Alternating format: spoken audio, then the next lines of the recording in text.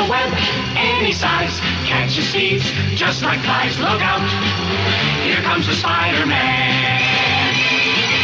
Hello and welcome to episode 30 of Amazing Spider-Man Classics, in association with SpiderManCrawlspace.com. My name is John Wilson. I want to thank you for downloading this episode. With me here are Josh Bertoni. Hello, people. And Don Grant. How you doing, Dad? Y'all all right, son? And we have a very special episode before us tonight. Tonight is the night when Peter Parker at long last comes face to face with his future long-term domestic partner, Miss Mary Jane Watson. And to be Mary Jane Watson. Yes. And to look at the event and discuss it with us, we have the webhead, webmaster himself from the Spider-Man Crawlspace, Mr. Brad Douglas. In association with the Spider-Man Crawlspace podcast. What the hell's my website's name? Crawlspace. I don't know. You got banned. I don't know. Yeah, I'm totally banned from it. I can't even say my own website. Thank you for having me on, though. This is one of my favorite issues when they introduced Mary Jane. I think when you start up the show, I was like, if I'm going to be on, I want to be on for the Rhino and Mary Jane episode. Yes. Well, I kept on trying to satisfy you with other issues, but like, no, I'm coming back. I'm holding out for the redhead, just like Charlie Brown. Oh, yes. Charlie Brown knew what he was doing. Smartest 6-year-old I ever saw.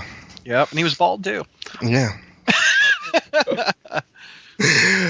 Before we go much further, I do want to remind you that every episode of Amazing Spider-Man Classics is brought to you by Roll2Play, your online source for games and gaming accessories, where you can now get any product from the Settlers of Catan line of games at 10% off.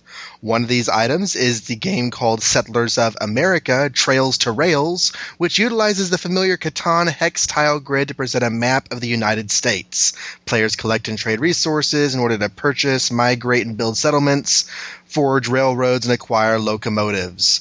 Railroads are used to distribute goods to the interconnected cities. As westward locations are settled, old sources of resources are depleted, and the addition of gold can add to the depth of play and increase options for the players. Sounds to me like a great way to spend a family afternoon, and that is available for 10% off the retail price at roll2play.com. You can also find the store on Facebook by searching Roll2Play, all one word spelled with the number 2. And, you know, Brad, there's something I always ask people who come onto the show, but here it is your 4th time to be with us, and I have never asked you. Mm-hmm. How is it that you got into comics? How did you get to be a Spider-Man fan? Let's see. Probably the first exposure to Spider-Man was on the Electric Company on PBS. And I also remember in the afternoon they would rerun the old 1960s Spider-Man show. And so that was probably the first time I saw him. And then back in the days, back in the late 70s, remember back when they didn't have electricity? Anyway. Because of all the brownouts. Imagine my mom took me to a gas station to fill up the car, and we went in, and I saw a spinner rack. And one of the early spinner racks I remember was in a gas station. I picked up Marvel Team Up Annual number 2. With Spider-Man between 2 giant balls, and I kid you not, electrical balls. Nice. And the Hulk approaching him from behind, getting ready to attack. And it was 75 cents, I think, is what the cover price. But it was an annual, so it was big. If we make it to 1978 or 79 or whenever that issue came out, you're definitely going to be on for that one. Sweet. I also remember picking up some comics in a bag where they had 3 of them bunched together. And I got Amazing Spider-Man 179, where he's falling and the goblin's zapping him. It's got like a yellow background. He's falling like into some seats in a balcony or something like that. And also in that 3-pack was Captain America 222, where the statue of Abraham Lincoln came alive and was attacking Cap. and it was a Hulk issue too. So I got like a Spidey, a Hulk, and a Cap. And the Hulk and Spidey just captured my attention. Very, very cool. You know, you start with the Electric Company. My son just turned 2, and this week I started reading to him from Comics at Night, and I decided to go with the Spidey Super Stories comics that tied into the Electric Company, because those are like 5 or 6 page stories, which is a perfect attention span and perfect, vocabulary level for him. So Those were some of my favorites too. And they had awesome looking Romita Senior covers. Yes, we were using those at the beginning of the school year to help one of the kids I work with learn how to read. They worked quite well. I say omnibus. What do you think? Or trades? Do the essential treatment for the Spidey Super Stories. That's what I'm saying. They're hilarious. There was one where Spider-Man got shrunk by the Green Goblin, and then the Green Goblin threw him into a sewer drain. Yeah. Wasn't there another one with an Easter bunny? I was at a convention a couple months ago, and they had the very first issue of Super Stories for $40, and I was like, I really can't justify that. But I can't read too many of them in a row, but they're really great for reading with young kids. Yeah, no doubt. And how did the Crawlspace website and podcast come about? 1998 is when the Crawlspace went online. I had my nice Windows 95 computer. And I was on dial-up, and I saw a little ad when I was surfing for porn. No, I'm just kidding. Oh no, I'm just kidding. No, it was advertising GeoCities, and it said you can have your own free website. And I was like, wow, really? No money down? So I clicked on GeoCities, and this is back in the day where you had to manually type in the HTML code, IMG SRC equals the image location, stuff like that. Right. So there was no WYSIWYG like they eventually upgraded to. So the Crawlspace in 98 consisted of Welcome to the Crawlspace and a picture of Chapter 1 by John Byrne. That's all the Crawlspace consisted of in 1998, because that's all I could figure out how to do is to post one picture. And I think I may have gotten a background or something like that, because that took forever to figure out. But I'm like, you know what, it'd be fun. What can I talk to other people about? Which I love, which is Spider-Man, because I never really had any friends in school. That sounds bad. Let me finish the sentence. I never really had any friends in school that liked Spider-Man as much as I do. Nobody went to the comic store with me to buy comics and etc. So I was like, you know what? This internet thing would be kind of fun to see if anybody wants to talk Spider-Man. Once I figured out a little bit more, I found out you can put a message board with your site and an address book. You remember those? People would log in and say, I love your website. So far I had two people within the first month posted. One was selling me Viagra, and one was my mom said I was cool. So that was nice. That was about the extent of the address book. I do remember those where basically you leave a signature saying you were there. Exactly. It's like a modern Facebook comment, you know? Right. And nobody does those anymore. Anyway, that's what the Crawlspace consisted of. And slowly, I think like in 2000 or 99, I registered the domain, and I bought Microsoft Front Page, which is a website editor. And it basically made me learn how to do, HTML. And the site got bigger and bigger as I learned programming a little bit more, how to update websites. And the biggest, I think, upgrade to the site came in I'd say 2006 or something, whenever I got to the WordPress format, where I could have more than just myself updating it. I see. You know, and I had some contributors to help me with the reviews. In the past, people would email me their reviews, and I'd have to manually go up there and cut and paste and put them up there and add a picture and all that stuff, and the reviews were several months late. So that was 2006 when it really was gangbusters. In 2002, it got a bit of attention with Entertainment Weekly. They did a little article about the new Spider-Man movie coming out, and a reporter and I talked on the phone, and I actually have that issue. It's got Joey from Friends on the cover, and on the back page, I've actually scanned it. It's on the Crawlspace, and it quotes me in it. Also, we were the site of the day for usatoday.com. Oh, nice. It came out. And so every time a movie comes out, the hits go up, etc. But when the podcast, 2006 is when we started that up. And kind of similar to the website, I didn't know what the hell I was doing. I knew I had to have Zach and Kev with me. And kind of like I had to learn about audio instead of programming. So I had to figure out how the hell do I record people's voices and connect them. Then I learned about Skype, and then I learned about Pamela, etc. And a recording program and an editing program. I enjoyed listening through all the backlog of episodes. I finally got caught up a few months ago. 133 of them as of yesterday. Yeah. Other than some audio syncing issues in some of the early episodes that admittedly got a little, pretty bad at points, but the content itself was great. I thought y'all did a great job from word go as far as the content of the show goes. Yeah, it hasn't really changed that much. I tend to make it like a radio show where we have several topics we discuss and then open it up to callers or message board callers, I call them, etc. So it's like the Larry King of Spider-Man. Well, we are going to be talking tonight about the first appearance of Mary Jane. And she showed up in the last panel of Amazing Spider-Man 42 and then a full-fledged appearance in 43.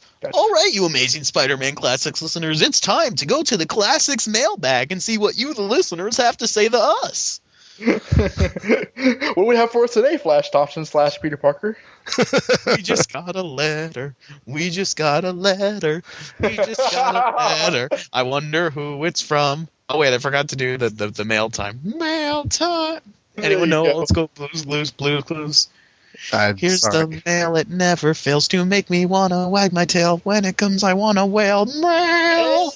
Do you have any clue, John? Do you have any clue? And you're really not supposed to. I know what Blue's Clues is. I do not recognize what y'all are doing with it. They would get mail from their viewers. Well, not real mail. It was like, it would usually be like, hi Steve, we're doing finger painting in school today, and then like videos of them finger painting. But he'd always have a song whenever they went to the mailbox. I was surprised I didn't come across that when I was, looking for some like nostalgia drugs when you were on your cruise, Josh. in between Richard Scarry and Little Bear. Our first email today is from Oliver Villar. It's called Episode 24, ASM numbers 35 and 36. He says, "Hello all. Hello, Mom. I'm your cherry bomb." Ooh, suggestive. Sorry. Another enjoyable episode. When you were reading the emails, you mentioned Daredevil, number 118, with the Circus of Crime. I'm trying to remember what 35 and 36 were. Oh, we were reading the emails on that episode, so we're probably talking about issue 24 with the circus. So, okay. Yeah. While I was listening, I looked it up, and although Princess Python wasn't on the cover, she is in the story. In fact, Daredevil kills her python in order to free himself from it. The story was written by Jerry Conway and was out in the same month as his Mysterio story in Amazing Spider-Man number 141. Okay, so first Jerry Conway kills Peter's girlfriend, and then he kills Princess Python's sex toy? Oh, no, not only that. In that Mysterio story from 141, he kills Quentin Beck off panel. Like, Peter just walks into the Daily Bugle office, and Ned and Betty are like, but you didn't fight Mysterio. He's been dead for months. Yeah. But I didn't know that Conway was on ASM and Daredevil at the same time. I really didn't know that. I didn't either. Wonder if he had any team-ups in there. I don't remember any Daredevil team-ups. 19 years old, too. God, this guy. I don't know. If anyone's familiar, Oliver continues, with superdickery.com, oh yes. Yes. The last panel on page 13 of issue 35 could come off as an out-of-context panel. Okay, now we've got to look this up. All right, I'm looking. 35. Okay, 35 is the Molten Man one, and he says page 13. It's probably him getting hog-tied all naked. It really probably is. Okay. Oh, jeez. Tell me I'm wrong. The last panel, oh lord, has his legs sticking out of the thing. Like Molten Man's legs sticking out from behind a desk, and Peter Parker throwing stuff out of the way so he can get down there to him. And it says, "Boy, you'll try anything when you're desperate, huh? But a few wild kicks aren't going to stop me now, you golden goon." That is actually kind of funny. Don't you wish your stepbrother was hot like me? He's not hot. He's molten. With the powers of Molten. He will be in the Conway run. And then the last panel on page 13 of issue 36, which is the Meteor issue, page 13. Yeah. I know where he's going with this. He says has that Spidey pose that was used quite often during the 1960s animated series. And it was. I reckon. I'll post a picture to this on the Libsyn page. It's just it's a panel of him kind of in a I was going one way, but now I'm going to go another way kind of pose. And yeah, I do remember seeing that on the 60s animated series. The next page is that scary Gwen panel. With the Spock eyebrows and the... Like every Steve Ditko Gwen panel. And he says, looking forward to the next episode as always. Keep him coming, Oliver Villar. P.S. The R in my last name is pronounced as is. In other words, it rhymes with car. I think I said Villar at one point before, but I think I've been saying Villar since then, so hopefully I'm saying your name right, Oliver, because I want to do that. David Zamora writes, "Hey there, webheads. What's going on in the world of the 60s Spidey?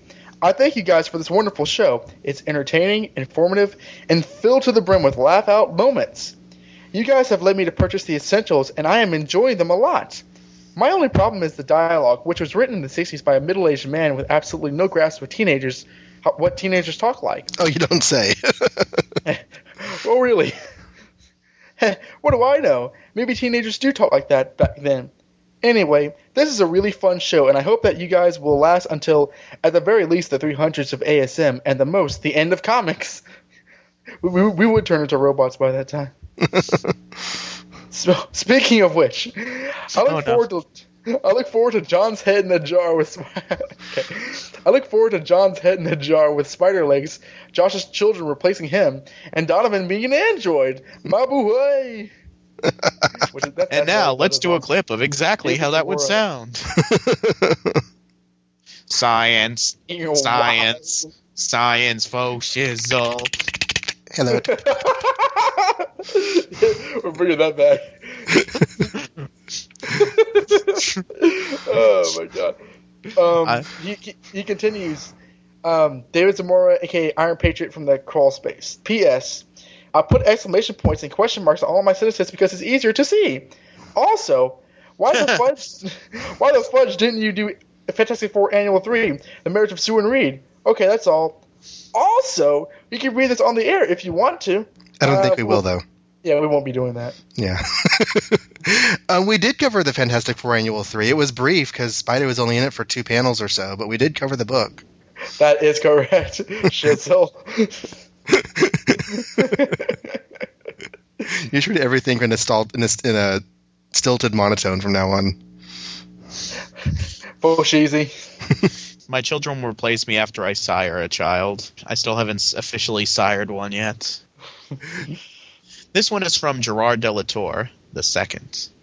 Dear Classics crew, I think I can shed some light on the Frank Giacoia-Frank Ray confusion from Daredevil 16, which was covered in episode 25. It's possible that Giacoia was previously a DC staffer. Back then it was fairly common for one company's staff artists, usually inkers, to pad their income by secretly doing freelance work with another company, taking a pseudonym in the process. This was the case with Werner Roth / Jay Gavin, as mentioned in the previous episode, the one I guest starred on. And it will be the case very soon in your coverage of The Amazing Spider-Man, where Mike Esposito begins inking the book under the name Mike DeMeo. Anyway, the Giacoia Ray situation may be a case in which the artist decided to peel back the curtain a bit. Perhaps when he became a staff artist at Marvel, a job which he would keep for the majority of the 60s and 70s, he thought it would be cool to reveal his secret and to use both names interchangeably as some sort of gag. For example, the credit goes back to Frank Ray in Daredevil 17. This is interesting. As far as the John Romita situation, it's not only Stan that has relayed the story of Romita secretly being tested for Amazing Spider-Man. Romita himself relayed the story in an interview with Jim Keefe in the late 80s, which you can find here at keefestudios.com/studio/remita/interview.htm. Everyone type that in. Nice job on the spot. Yeah. I know, right? In the same interview, he also says that he intentionally drew Spider-Man that resembled Ditko's rendition in the Daredevil stories and gradually steered the design in his own direction as he got comfortable in his run on The Amazing Spider-Man. Oh, and then he has a transcript here from the interview. I want to be John Romita. Yeah, you can. Okay. It was difficult. See, at the time, the books had a very definite look. I'm not doing an impression. I'm just being silly. The books had a very definite look. For 3 years, Spider-Man was Ditko. And for 10 years, Fantastic Four was Kirby. I didn't feel like anyone had the right to change it. When I did the Fantastic Four, I did it as Kirby. If it looked like me, it's only because I couldn't mimic him any better. When I took over Spider-Man for the first 3 to 4 years, I was mimicking Ditko. If you look at my Daredevil, I did Daredevil my own way. Deep shadows and lots of bone structure. I noticed when Spider-Man first appeared in Daredevil, it looked a lot like Ditko Spider-Man. What Stanley wanted was for me to do a 2-part Daredevil story with Spider-Man as a guest star to see how I handled the character. So when I did Spider-Man, it was like Dick Tracy was guest starring in Daredevil. If Dick Tracy were guest starring in Daredevil, I would have tried to assimilate that different technique and done him like Chester Gold. That was the way I thought Spider-Man should be done, like Ditko. For the first 3 or 4 years I did Spider-Man, it was all Ditko. It was a thin-line Ditko simulation, and if Peter Parker changed, it was because I couldn't help it.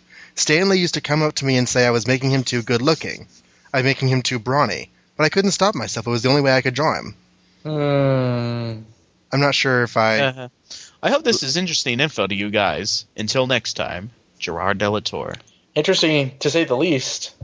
You go, John, and I'll get you back. I was just saying I'm not sure that I entirely believe that, and not to say that he's lying, but just that he might be misremembering.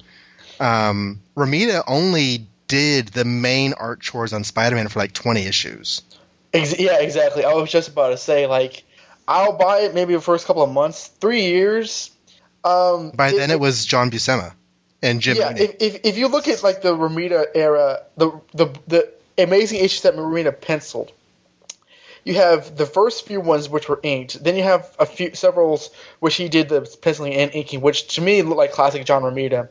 Even if he was trying to do Ditko, it looks just like John Romita style artwork. And then later on, when he was inking Gil Kane, like right around the early 100s with the death of Gwen Stacy and everything, that to everyone's mind is what they think of when they think of John Romita's Spider-Man. And when we get there later on, I'll elaborate more on that. But yeah, 3 or 4 years. I mean, if you look at the work, that just does not add up. But honestly, it's probably a case of him misremembering. Yeah, I'll go with that. I brought up the Marvel Comics Creators Database, just looking to see what issue John Romita loses the pencil chores on. And it's the last. It's the one where Dr. Octopus is living with Aunt May. 57, The Coming of Kazar. He's teamed up with Don Heck, and that goes for several issues. Like he's doing layouts, and Don Heck is doing pencils. I think Romita does. He's on the book doing something for several years, but I don't think it's until Gil Kane is a solo. I don't think it's until Gil Kane is a solo artist that Romita leaves the book, and even then it was like for 6 months or so. 69, you have John Romita on pencils with Jim Mooney and Jim Mooney inking. Like Romita's laying out and Jim Mooney's doing the pencil and inking, full pencils and inking. John Buscema and Jim Mooney. Okay, starting with issue 76, John Romita is not doing interior art. 76, The Lizard Lives. There's no John Romita on the inside at that point. Oh, that's the tablet time arc? Yeah, right at the end of the time. Yeah, what you said. That thing, yeah. So, he's not the artist like Steve Ditko was for very long. No, he really isn't. But it's very interesting because, he left such an indelible stamp, but like his actual output was he worked on the character for several years, but like strictly as a solo penciler, it just was not that much. It's kind of fascinating, actually. Well, but he came back a few times, like yeah, he did. There was an issue like in the Wolfman run, right, where he did one random issue where he came back, and I was so happy when I saw him. Well, I mean, even before Gwen died, he came back a few times. The drug arc was another. The first part of the drug trilogy, he inks Gil Kane, and the art looks like clear Ditko. But then, like the parts 2 and 3, it's Gil Kane penciling, and you can tell it's Gil Kane compared to part 1. And during a lot of the time, whenever he wasn't on Amazing Spider-Man, he was on the Spectacular Spider-Man. Oh, really? Oh, I see. I've really not read too many early Spidey. I mean the two issue series. It didn't go. That the second one has the Green Goblin returning. Oh right. And they reprinted. The one for like the politician and all that? Yeah, the first one was full. It was a full gray tone penciled issue, no colors, and that was beautiful. But it took him a long time to do, so he wasn't doing amazing during that time. And then he did issue 2 with Green Goblin, and I think that the art process might have been a little bit more involved on that one too, because they were using, they were aiming for the other market. I don't really know a whole lot of details on that. I was going to look them up when we got closer. The next email is from Elijah Rincon. It's called Great Show. He says, "Hi, everyone. My name is Elijah." Hi, Elijah. John might know me from an old email I sent to him on Teenage Wasteland. I do remember that. John, sorry for not responding soon. Our computer crashed. No worries there, Elijah. I tried responding on Teenage Wasteland, but it kept saying the email didn't go through. We are at teenagewasteland133@gmail.com, so I'm not sure what might have been going wrong there. Anyways, he says, good job on both your podcasts. I enjoy all the funny jokes. I must say that I most enjoyed Donovan Morgan Grant. He is so funny looking. No, that was me. How sweet of you. Well, hope you guys have fun and keep up the good work. Oh yeah, before I forget, in Las Cruces there is a movie bookstore called Hastings. They are starting to sell some old Amazing Spider-Mans. They have the first issue of Amazing Spider-Man and it costs... Wait, I can't remember. But just wanted to let you guys know, so take a trip to Hastings if you can, Elijah. Yeah, for anyone who lives in a city that is not super huge... but not super small either. Like, Hastings has a weird market. They market medium-sized cities. Like, there's one in Nacogdoches, Texas. There was one in Denton, Texas. But there are not any in Dallas, Fort Worth area. They have recently started selling comics again. New comics every week. And depending on what store that is, they're going to have a back issue selection of some sort. So, yeah, if you live in a city with a Hastings and you don't have a comic book shop, you can get your comics there. Elijah, you're my favorite emailer ever. Keep on emailing back. Oliver Villar returns to write, hi, guys. I was listening to the episode in the letter by Bill Dargan in ASM 37 mentioned. In issue 234, Todd Wilson wrote that he was going through the old issues and came across Bill's letter in issue 37 about Spidey versus the Juggernaut suggestion, which is probably a sarcastic remark to begin with. Then in issue 242, Bill Dargan's reply to Todd's letter appears and mentions that he was currently working as a clinical laboratory scientist specializing in immunology. He also cited Marvel as being an influence in his life and success. Thought you guys might want to know this. Keep the podcast alive, Oliver. That's mildly interesting. So when did he fight the Juggernaut? Was that around that time, 234, 242-ish? 229, 230, I think. Ah. Okay, so... He read the Juggernaut issue and remembered the mention from issue 37 and sent in a letter about the letter. Oh, I remember the Juggernaut issue. Somebody showed up to the Daily Bugle offices saying, oh, yeah, remember that job that I left so I can go to a therapist for a while? Yeah, give me that job back right now. Was that Felicia Hardy that said that, Josh? Let's go with that. Well done. Okay, well, that's really cool. Now, my question to you, Oliver, is how do you know that? How do you remember those things? But that's okay, because I have a show with Johnny. That's supposed to be funny. Because, Josh remembers all sorts of random things. But never mind. I'm sure it was funny. Somewhere, somewhen. So, diving right in, Amazing Spider-Man 42 was released on August 9th, 1966, with a cover date of November. This is just 1 week after the annual that we covered last episode. So those were kind of going together in 1 month. And Donovan, take it away. Sir, Amazing Spider-Man number 42, The Birth of a Superhero. And in the cover image we have Spider-Man getting pulverized by John Jameson, J. Jonah Jameson's astronaut son, in some sort of crazy spacesuit with moon boots, and yeah, it's weird.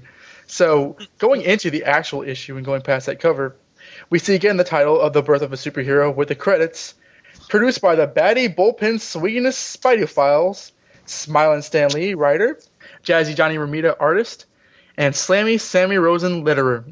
The splash page actually starts off our story with Spider-Man swinging away from the nearest bank with a bag full of money, and everyone around him saying that he's just robbed the bank. You know how you know it's a bag full of money? Because it has dollar signs on it. And a lock. Otherwise, it could be anything. It could even be a bomb, but that won't happen. No, then it would have a TNT sign on it. It could be your wife's severed head.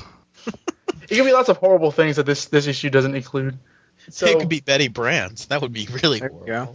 When I reread this, there's a guy in a green sweater and yellow long sleeve shirt, and he's got a hand formation that looks like a thwip. I was like, is he thwipping? No, but he's not. Look, up there. He's throwing the Spider-Man gang symbol. When his pinky's not out, so. When we went to Disney World this week, there's a rock and roll ride.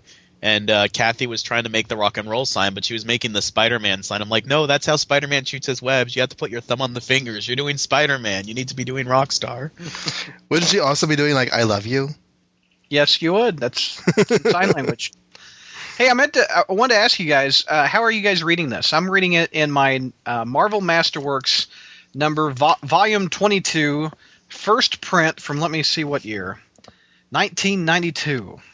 Oh, nice. That's right about whenever I was reading Spider-Man comics. Mm-hmm. I'm reading from the DVD that has the scans from Marvel. Cool. I have that. Motto. Essential Spider-Man. You're having a Volume model 2. read it to you? No, motto meaning like I agree with Liz or John in this. Oh, okay. You mean Ditto? People say motto.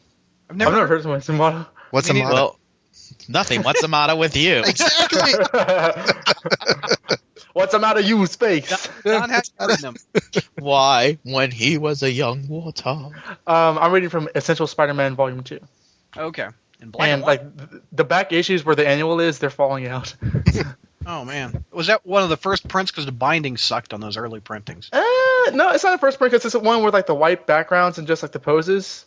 It's like the next to latest printing of him, I think. Ah. Not the latest, but like the ones before the latest. Cool. So Spider-Man is swinging away from the bank with a bag of money, and we know it's a bag of money because of just rewind the podcast and you'll listen. So we see the bank manager or somebody who works in the bank, showing that only Spider-Man could have broken in there and stolen it because there's bent bars everywhere. We see Spider-Man go to the Brooklyn Bridge / George Washington Bridge / question mark bridge and toss the bag of money into the water, saying, that was what he had to do, and that was the easy part. But Trying to explain. That'll be the hang-up. There you go. And now he's going to swing away back to Peter Parker. Then we cut to the Daily Bugle where Betty Brant starts talking to Ned Leeds, flirting and, saying, "It's so good to be back working here again, Ned, especially since you... Oh, it's Fred Foswell!" So we don't see what they were going to say, but Foswell comes in saying that Spider-Man just robbed a bank, and he wants to tell J. Jonah Jameson right away because that just gets Jameson's blood going. Now, the last and time Betty Brant's back. That makes. I was just going to ask that because last time I was on the show, you were like, "This is the last time Brant it was the Craven issue that I reviewed with you guys, and that was her last appearance." And this is where she quit her job, in Yeah. the middle of the night without notice and without giving them time. Yeah, that. But it's That's okay. hilarious. I was on her last appearance, and now she's back. It's okay, because they'll hire her back, even though this is the second time since we've done the podcast that she's up and left them in the middle of the night, because she also did that in issue 10. And it's okay, because she's never going to do that ever again. She's never going to leave the Daily Bugle without notice. Settle down, Tiger. And it's not going to be for a stupid bullshit reason next time. No. Was it 34? Yeah, I was going to say the Craven issue was 34, and this is Okay. 42. So All right. Well, she wasn't gone that long. She came back in 40. Mary Jane 40. left like 100 issues on Brand New Day, so it's all good. Man. So we cut to the Kennedy Airport where J. Jonah Jameson is seeing his son John Jameson off. He's saying that he enjoyed his visit and he hopes he's doing well, but then John Jameson starts freaking out due to some spores he mentioned back in the last issue. Suddenly, she shows superhuman strength and starts destroying everything around him, not being able to keep his balance. He's growing and destroying his clothes, and in one instance is thrown through the wall just because of his incredible sense of balance. The NASA men come out of nowhere, and after an hour of some tests, they show that the spores have had a Jupiter-like gravity effect on him, to where he has extreme strength and needs to be contained in a gravitational suit, which will weigh him down and keep him from falling over. now this was the only reference I saw in the entire issue to Jupiter, but he gets the name Captain Jupiter in the '90s cartoon, right? No, the Spectacular Spider-Man cartoon. Spider-Man. Okay, I'm guessing this is where they get it from. I would assume so. Yeah, it's very old school. Like only that kind of show would really pull out really innocuous reference like that out of it. But it also works. Yeah, this is also indicative of how little we knew about the other planets in 1966 compared True. to today, because Yeah. the notion that Jupiter was actually mostly gaseous, they just didn't understand that about the planet yet. And let's go to the Spider expert Bertoni. When was the last time we saw John Jameson? Was it issue 1? Or has he been No. This is he was in last issue too. Like they've been. I know, they but dropped, since 41-ish, has he been in like 1 to 40? No. That was his return since Amazing Spider-Man 1, but he was in some issues of Untold Tales that took place chronologically Right. Yeah. after this. He But was used as a point of like irony for Spider-Man and Untold Tales. I was And speculating that while he was doing the Green Goblin story, he was also reading all the back catalog, and so he read issue 1 and decided to do something with John Jameson.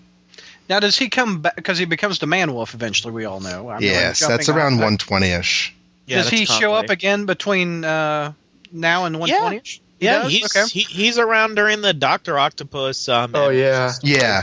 After Okay. this story that we're doing tonight, he's basically gone except for like a cameo here and there.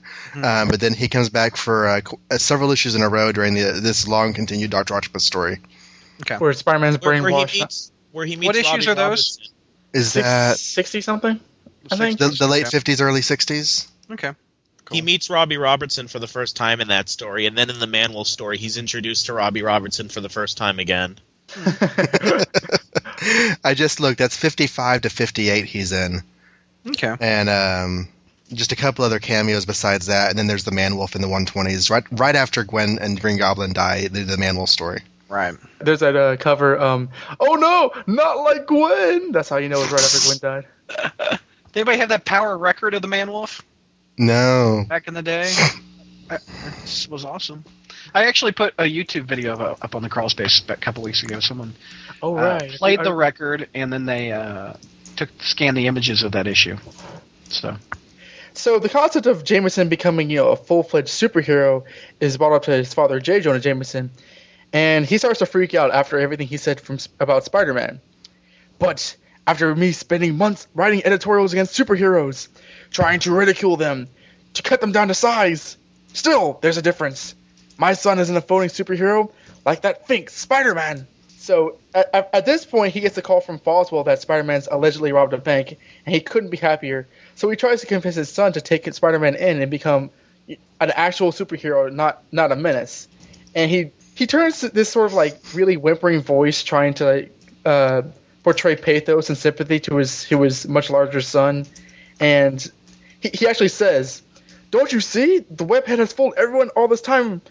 I was the only one who saw through him, but I was a lone voice, crying in the wilderness. Nobody believed me. They all laughed at me." This is all J. Jonah Jameson. Like, I don't know if he's lying to his son. He is, but I don't know if he's like really believing that or not. But I just found it pretty funny. So through that kind of bad acting, he tricks Jamie. Let me rephrase. He doesn't trick his son, but he convinces his son to go after Spider-Man and take him in for the bank robbery. Someone from NASA sees this and says, "What the F was that?" Jameson, you can't send him alone all by himself. We don't know how dangerous he is. He says, "You bet it's dangerous to Spider-Man." one thing I've always wondered, we don't meet Marla until the late 70s, early 80s. Have we ever met John Jameson's mom? In flashbacks, wasn't her name like Joan Jameson? Yeah, Greg Wiseman actually commented on one of my reviews saying that Jameson's first wife was named Joan or something, but I've never read a comic book with it. Then that's named after Stan's wife, Joan, possibly. That's true. That's cool. 100%. I can't remember an issue where Jameson's first wife was ever in it. It's mostly like flashbacks and origin stories or something. Right. There's I think it's Zeb Wells. There's like a story where like we find out like Tangle Web. yeah, where Jonah's like we see Jonah's first date with his wife and like she fell in love with him watching him like beat a guy up or something. I don't remember. The only appearance I can see for Joan Jameson on the Chronology Project is Tangled Web number 20 in a flashback. Yeah, that was like that big Jameson origin. That's And, behind the mustache or something. Yeah. Marla Madison comes in Amazing Spider-Man 162. And she goes out in Amazing Spider-Man number 654. She lasts just under 500 issues. Yep. She also created Spider Slayers.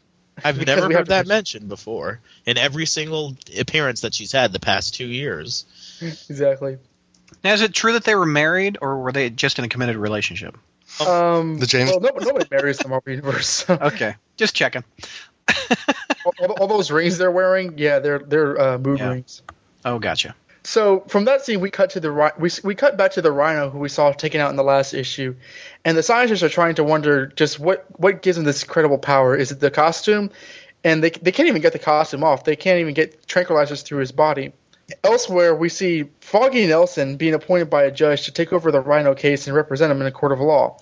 he suggests if Foggy won't do it, then Matt do it. But according to Daredevil number 21, Matt's out of town. He's being held captive on an island by the owl. Yeah, he's doing that. Did you guys notice it looks like Daredevil's sails are in the toilet? Hence, Stan is trying to plug it in his most popular book. That could be. Although, was it? Romita just left Daredevil. Yeah. To do this book, and they just put Gene Colan on it.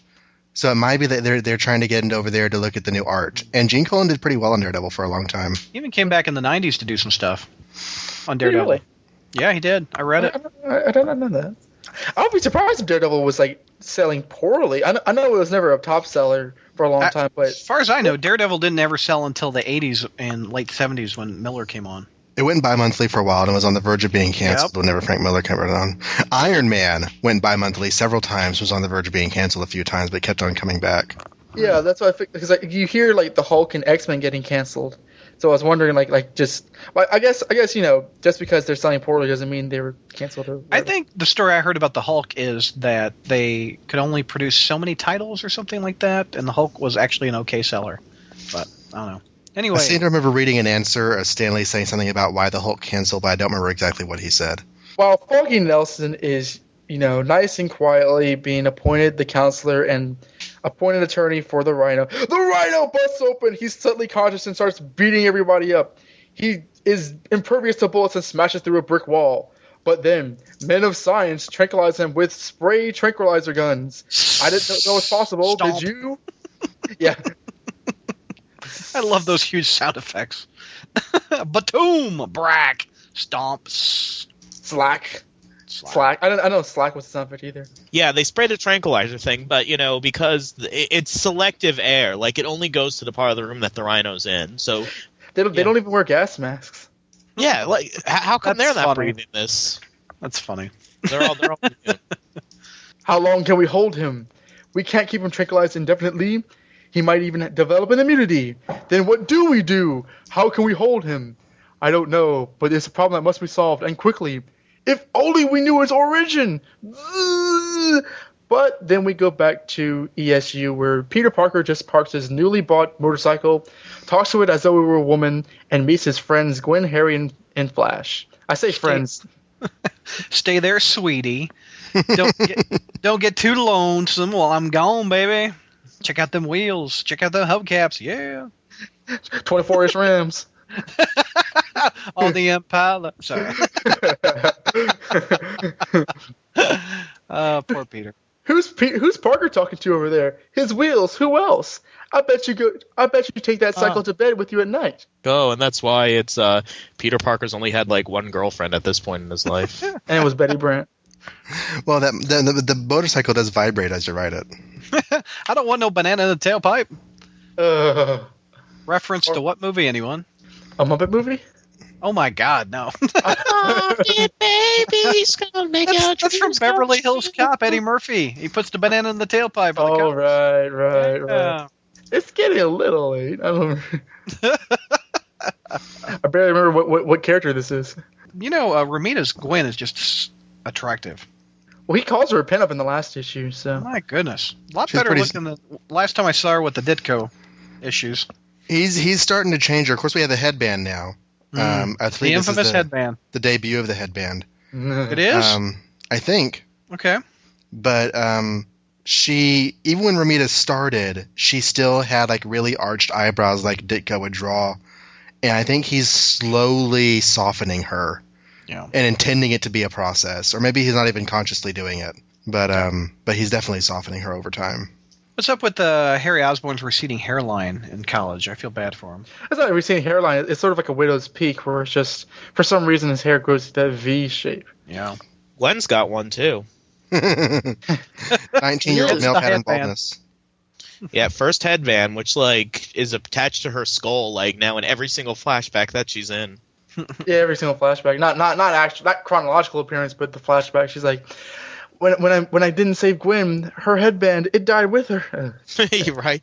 Well, like every time someone remembers, the good old days with Gwen and Harry and MJ and Flash at ESU, Gwen's always in the headband, and like bonus points if she's also in like the trench coat and the green and stuff.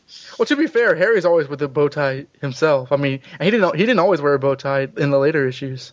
He wore like a turtle neck and stuff like that. I wonder if people in the 60s, when they went to college, wore this stuff.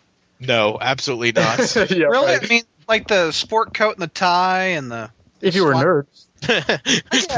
Yeah. Stan Lee's, for instance. So yeah, in this page, the Green Goblin steals Venom's girlfriend. Wow. I'm trying to do the math on this one. Oh yeah, he does. What did you say? The Green Goblin stole what? The Green Goblin stole Venom's girlfriend. I was going to like play as the woman and the man and the other man and the other man. Oh, I get it. Flash is Venom. Okay, I was like, what the hell? And Harry's the Green Goblin. Oh, got it. Yeah. Very good. How about coming to a party at my house Sunday, Pete? Love to, Gwen. At last, they're really beginning to accept me. It's going to be great. Ooh, I just remembered. I promised Aunt May I'd meet Mary Jane Watson at dinner Sunday night. I just can't back out again. Gosh, Gwen, I'm sorry. I just realized no need to explain. Attendance isn't compulsory. So she tells him off, and Peter feels bad, but as Flash is giving him a good ribbing. Flash Thompson, it so happens that nobody asked you. Say, don't tell me that Peony Parker put you on, Gwen. Not a chick like you. Don't worry, my fatuous friend. I won't tell you. Fatuous? Forget it, Flash. It's more than one syllable, so you wouldn't understand. Yeah, help a brother. I don't know what fatuous means. Is that a fat It's joke? more than one syllable, Brad Douglas. You just wouldn't understand. I thought it was a fat joke. Okay, let me Google it. It means silly or foolish. Yeah. Oh, fool. got it. It's Latin. John Wilson, my thesaurus. Nice. No, I used dictionary.com at 3 o'clock today. I love that shot of Flash like behind his head as he's like, what? What'd you call me? He's like, fatuous. Say what? In 1966, 67 or 66. This is 66. Okay, that was the worst F word you could give to somebody. Gwen called me the F word. You mean she called you? Yeah, fatuous. Aunt May, faints and has a heart attack and dies. You Peter. fatuous. She washes Peter's mouth out with soap. Oh, Back we were off, talking about mother language. fatuous. We're talking about language. He says, "Don't tell me that Peony Parker puts you on, Gwen." Has anybody said that to get a girl in their arms? Because I can't say I have. I'm guessing like it's a more mild version of turn you on. Like, Well, even now, I think "turn you on" isn't a dirty euphemism. It can be, but typically it's. don't tell me that Puny Parker wets your shorts, Gwen. Oh, that Puts is. you on. I think it's definitely turn you on in 60s speak. Not a chick like you. Not you, Gwen. Not my precious Gwen. See you later, guys. Gwen and I are going to make the scene at the Silver Spoon. Silver spoons together. That's what they're singing on the way over there. Remember the Ricky Schroeder's? Yes, and I actually sing that song quite a bit. It's love always that. Here we are, face to face, a couple of silver spoons.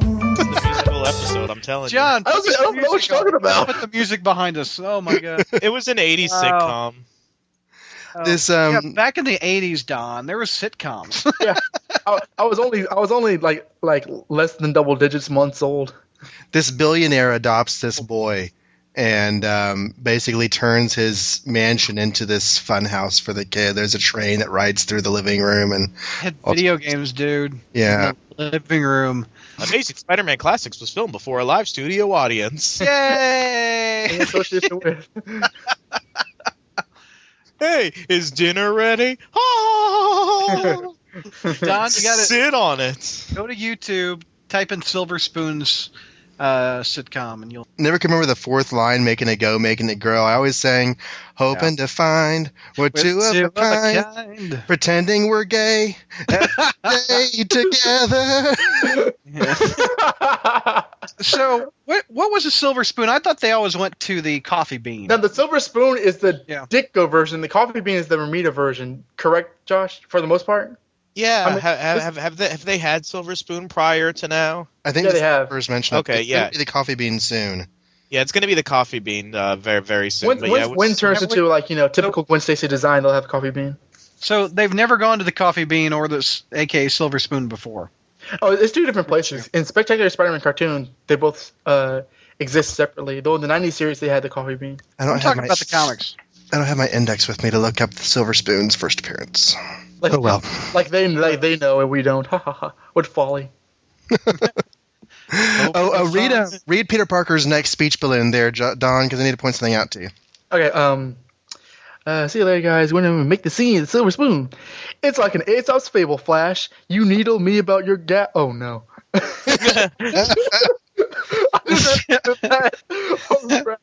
You need to be about who? Okay. It's like an Aesop's fable, Flash. You needle me about your gal, Harry Osborn walks away with her. You need to be about who? Who is he needling her about? About Flash Thompson's gal, right? Okay, are we doing this? Are we doing this? Doing this. Doing what? Okay, I'm getting that scene out and I'm taking my shirt off. Whoa! To Brad Douglas and to the listeners who aren't aware of what's going on behind the scenes. There is some debate in the circle amongst the classics crowd of what exactly was the nature of Gwen's and Flash's relationship. Completely platonic, in my opinion. Josh and Bertoni got into an argument about whether or not you could say that Gwen and Flash were dating. Oh yeah, that's his girl. Yeah.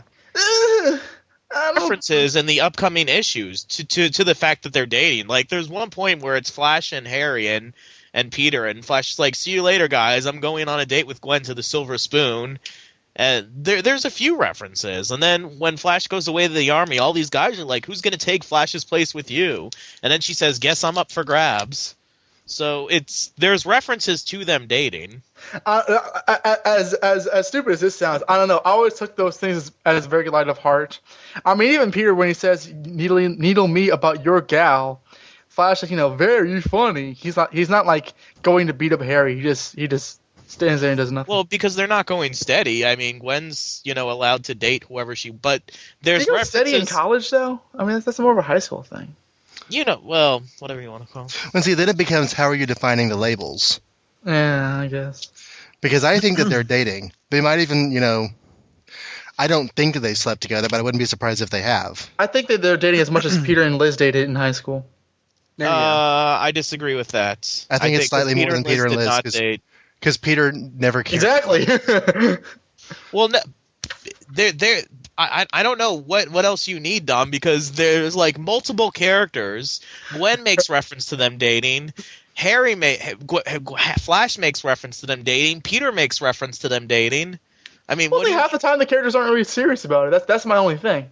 Well, okay, so why wasn't Gwen being serious about it when all those men were like, "Oh, you and Flash," like each and every time that it was spoken about, the characters were joking. That's a very big coincidence. What a coincidence, all the same. What do you think, Brad? We're Flash and Gwen dating? Well, from that line, yes. No. Kick him off, John. The way that Flash reacts when he comes back from the army around the Dr. Octopus arc, it's like he thought that the relationship was more serious than it was. Like because he's mad because the relationship was more serious than it was. Yeah, he thought it was more, but to Gwen it was probably just like a date here and a date there, but like nothing serious. To Flash, he probably thought that like this was going to be like Homecoming King and Queen or something. They had romantic outings, or at least semi-romantic outings, and Flash read into it more than Gwen did. But they were dating. I disagree. Okay, well, they're doing something that makes Peter say it's Flash's. She's Flash's girl. Yeah, they make fun of Peter together. Yeah, it's weird, Peter says it, Harry says it, Flash says it, the guys say it to Gwen, Gwen says it, but it's a whole big joke that everyone in ESU is on, and in fact, it's a joke that carries out over the course of multiple issues. Well, they're all written by Stanley, and Stanley's a pretty funny guy. So. Okay. And then the guy who wasn't there 40 years later says, actually, all the people who were there don't understand the situation. I'm going to tell you what was really happening. And that man's name was Donovan. And this is just one.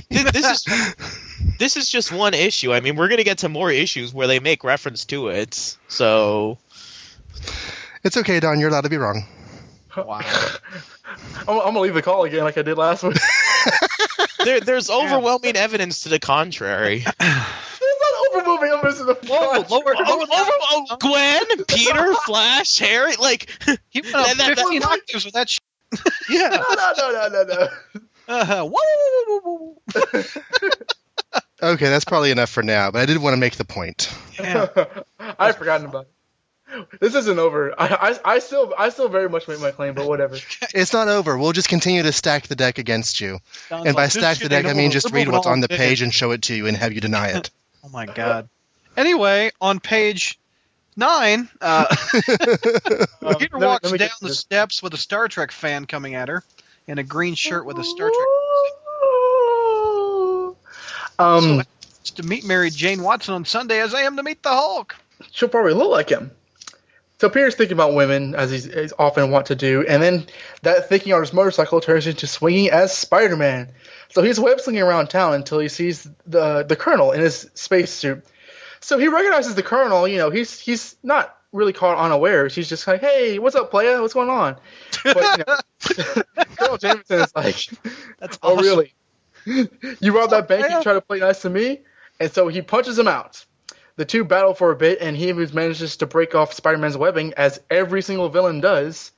And as Spider-Man is thinking to himself, how can I get mad at a fellow who thinks he's fighting for just truth, justice, and mom's apple pie? He's still wondering how he got so blamed powerful.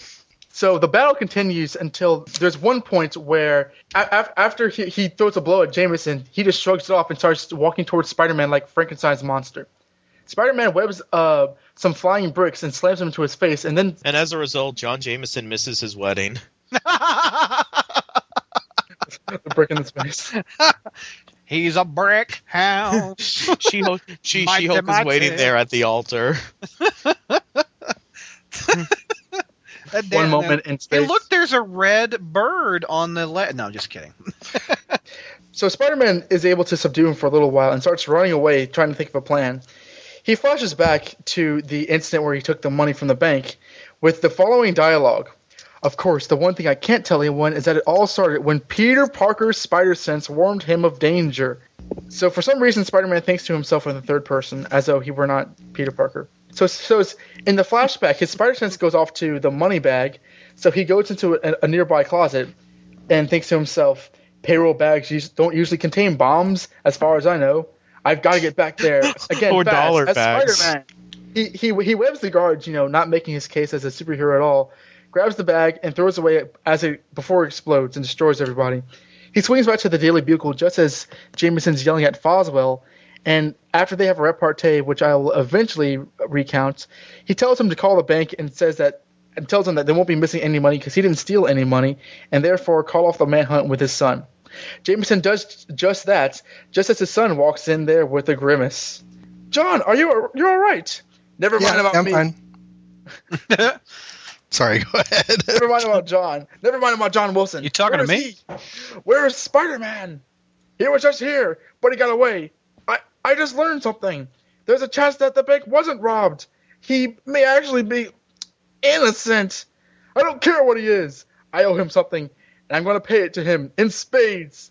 But don't you see? We better wait. If he didn't rob the bank, you can't. I don't give a rap about who robbed the plastic bank. I gotta polish off Spider-Man no matter what. You know, when I read that word balloon, I thought he said, I don't give a crap about who robbed the bank. And I was like, whoa, it was rap. My bad. I don't give a I guess rap started in the 60s as opposed to the 80s. Yeah, I don't give a rap. Wow. He doesn't sound like John. He's changed. He's become cruel, deadly. I love that dialogue. Now, I honestly don't think that Jonah Jameson would have had this kind of a change of heart about Spider-Man. So he found out he's innocent. It's so the what? spores. That hasn't stopped him before. And the symbiote hidden in the suit. No, he's talking about like J. Jonah Jameson. Oh, I thought you were talking about the son. No, because J. Jonah Jameson finds out Spider-Man's innocent and decides to call off his crusade to get him. No. That has never stopped him before. I mean, he's sent scorpions, he's sent robots. You know what I think it is, though, is the fact that his son's name's on the line. He can't in good conscience, even if he knows Spider-Man's, he can't in good conscience endanger his son's reputation. And that makes sense, because, my son, John Jameson. With his final words leaving the Daily Bugle, he goes back to the men with the NASA saying, "I'm a superhero now, and I'm the best there is. I'm stronger than anyone. Nobody's gonna push me around. Nobody." And J. Jonah Jameson thinks to himself, "What's come over him? He's not my heroic son John anymore. His voice is bitter, arrogant, completely merciless. He didn't even bother to answer me.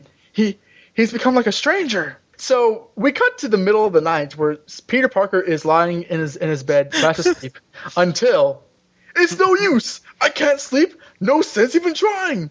It's as though something's calling me, making me get up. Yeah, it's called the plot. Yeah. He's doing again with John's son. I've got to find him again. And miraculously, by the grace of God, at the same time, Jameson says, "Nobody's keeping me hooked up in a crummy hotel room. Not while Spider-Man is out there probably gloating about how easily he got away from me. Yeah, that's it. Yeah, Johnny, yeah. Well, I'm going to find him again. And this time he won't get away ever." So he knocks the guards out of the way and stomps over like he's like Daffy Duck getting to yell at Bugs Bunny. "I don't care what anyone says. I don't even care if Spider-Man did rob that bank. I've got to prove it that I can beat him. I got to prove that I'm the greatest superhero of all." The next caption reads, "Like some mystic metaphysical magnet, fate seems to draw both men to the same place at the same time for no reason." Those last three words didn't say it, but Well, so everyone Spider-Man- knows that New York is a really small city. Everyone knows that. Spider-Man and Jameson meet at the same place at the same exact time. Let that swim around your head a little bit. While you're doing that, Jameson takes off his moon boots so he can now use low gravity on Earth to its own effect and jumps all the way up to meet Spider-Man. They battle on top of a building for a while and then eventually crash into a see-through window. While they're fighting, we get, I think for the second time in the series, someone singing, He'd fly through the air. with the Greatest of ease. Yeah. which I think is pretty Nice cool. job, Brad. Thank you. That was in It's the stereo. musical episode of Classics, I'm telling you. Yeah, they battle to a standstill. You know, they're both pretty powerful, but they fall through this window, and inside the building is some nice. Say it with me now. Science! SCIENCE, science. So Spider-Man notices the science and then knocks him into the science, which is electrical science. Hey, man, So he- back off. I'm a scientist. Sorry. I like that. Spider-Man's a scientist? That was from an 80s movie called Ghostbusters for the young listeners. Except with that last line. Brad, explain to them what a drive-in theater is. No, I'm just kidding. Drive-in theater is when I saw 1978 was Christopher Reeve Superman. Yeah. Wow, really? I did. And Jungle Book. Ooh, like the Disney version of Jumbo? Mm-hmm. Ooh, be do. I want to be like you. Hoo hoo. I want to walk like you, talk like you. Ooh. Go. You'll see it's true. Hoo hoo. Sorry. Where I was in Connecticut, there was a drive-in theater, and so I saw Transformers. Yeah. No, Star Trek. I saw Star Trek at the drive-in theater. Yeah, and Transformers also. I saw Transformers and Star Trek at the drive-in theater. We actually have several where I live, and when Ava gets bigger, I'm going to take her to one because I have very fond memories of hiding under some blankets in the trunk. No, I'm just kidding. As we snuck myself in. No, I'm just kidding. Smuggled you across the border. Yeah, so we didn't only had to pay for one. No, but Brad's not a but- U.S. citizen. Yeah, there you go. Brad Duggarino or something like that. He married Wendy for the green card. Yep. So Spider-Man knocks Jameson into the electrical current science, and while Jameson's saying because he's getting electrocuted, And then John Jameson dies. Isn't Yes. the sound effect in the background skank? Yes, it is. Skank. Skank. There's no N there. Well, it's hidden behind his head. That's an N. everyone knows that's how you illustrate the letter N. That's it. Now the electromagnetic field built in your suit should cause a feedback from the generator, which it worked. Well, how does Spider-Man know how that is? We the readers know, but how does he do? Anyway, I'm pretty sure it was just a big old lucky guess. yeah, and instead of let me kill this guy. Oh wait, he survived. Oh, that's nice. So the electrical current takes away Jameson's powers and shrinks him back to regular size as he's knocked unconscious. Spider-Man leaves the scene before the NASA men and J. Jonah Jameson get to the scene, And while Jameson surmises that it must have been Spider-Man's doing, he says it was all his fault in the first place for him being crazy. He tormented my son, made him fight, tried to turn him into a killer like he himself is, but he couldn't do it. John was too brave, too strong, too smart.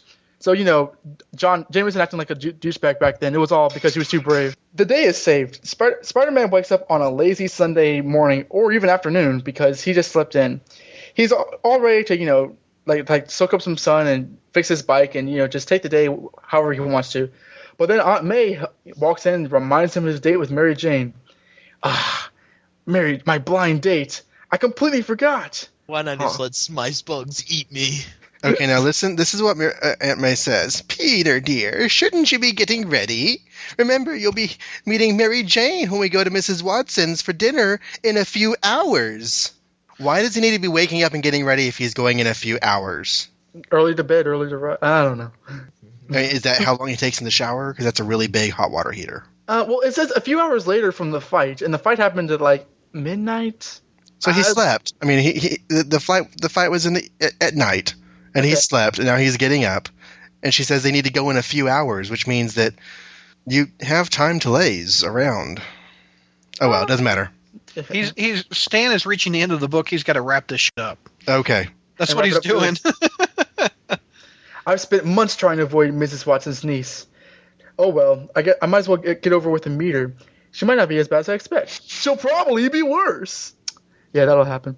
So, Peter and Aunt May make it to Anna Watson's house, and while Peter's considering, I can't get Gwen out of my mind lately. Something tells me she kind of likes me. I never really did get to know of her, but once I get this Mary Jane ordeal over with, we hear a ring at the door. Peter is all wrapped up in thought. He must be so eager to meet Mary Jane. There's the bell now. That must be her. Peter Parker, I'd like you to meet my niece. You mean that's Mary Jane? Okay. We need a girl on this show to read the infamous line. I couldn't agree with you more. Brad Douglas. You want me to read the line? Yeah, right. baby. Yeah. Face it, Tiger. You just hit the jackpot. I think we should all read the line. We should all each take a turn because it's that important. No doubt. Hit it, John. I'm going to do two versions. This is Mary Jane. Face it, Tiger. You just hit the jackpot. This is Gay John. Face it, Tiger. You just hit the jackpot. Oh, God. Gay John needs to make a return appearance. Is it sad I like Gay John better? No.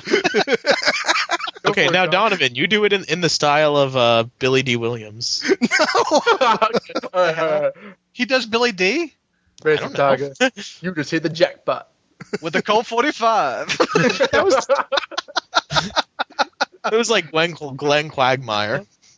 Face it, Tiger. You just hit the jackpot. All right. Face it, Tiger. You just motherfucking hit the motherfucking jackpot. That's Sam Jackson. Okay. Exactly. And now in the style of Betty Brand. Face it, Tiger. You just hit the jackpot. That sounds more like Mickey Mouse. Oh, hi, Tiger. Face it, you just hit the jackpot. And now in the style of Batman. Face You just hit the jackpot, You just hit the jackpot. This is going off the rails so bad, but I love it. Now Sean We're going to have this. Now let's do Dora the Explorer. Face it, Tiger. What did you hit? Jackpot! Did you just hit the monkey bars? No, you didn't hit the monkey bars. Did you just hit the... You just hit a bad character from Brand New Day. Oh, A he dead wanted to character. hit that. Yeah, a dead character. You just hit Sarah Pirelli, is that her name? I would have hit it. Sarah Earhart or something. Sarah Earhart. Earhart, yeah. Oh, yeah, that's what we're talking about. Yes, this issue ends with Peter meeting for the first time his future Long-term domestic partner. next time, the Rhino on the Rampage, plus a swinging surprise or two. Enough said. You know, when I saw this panel, this is such an iconic Spider-Man image. If this was done today, it would have been a full-page spread. Yeah. Wouldn't it? It's been redone as a full-page spread. Like in Parallel Lives, it was a full-page spread.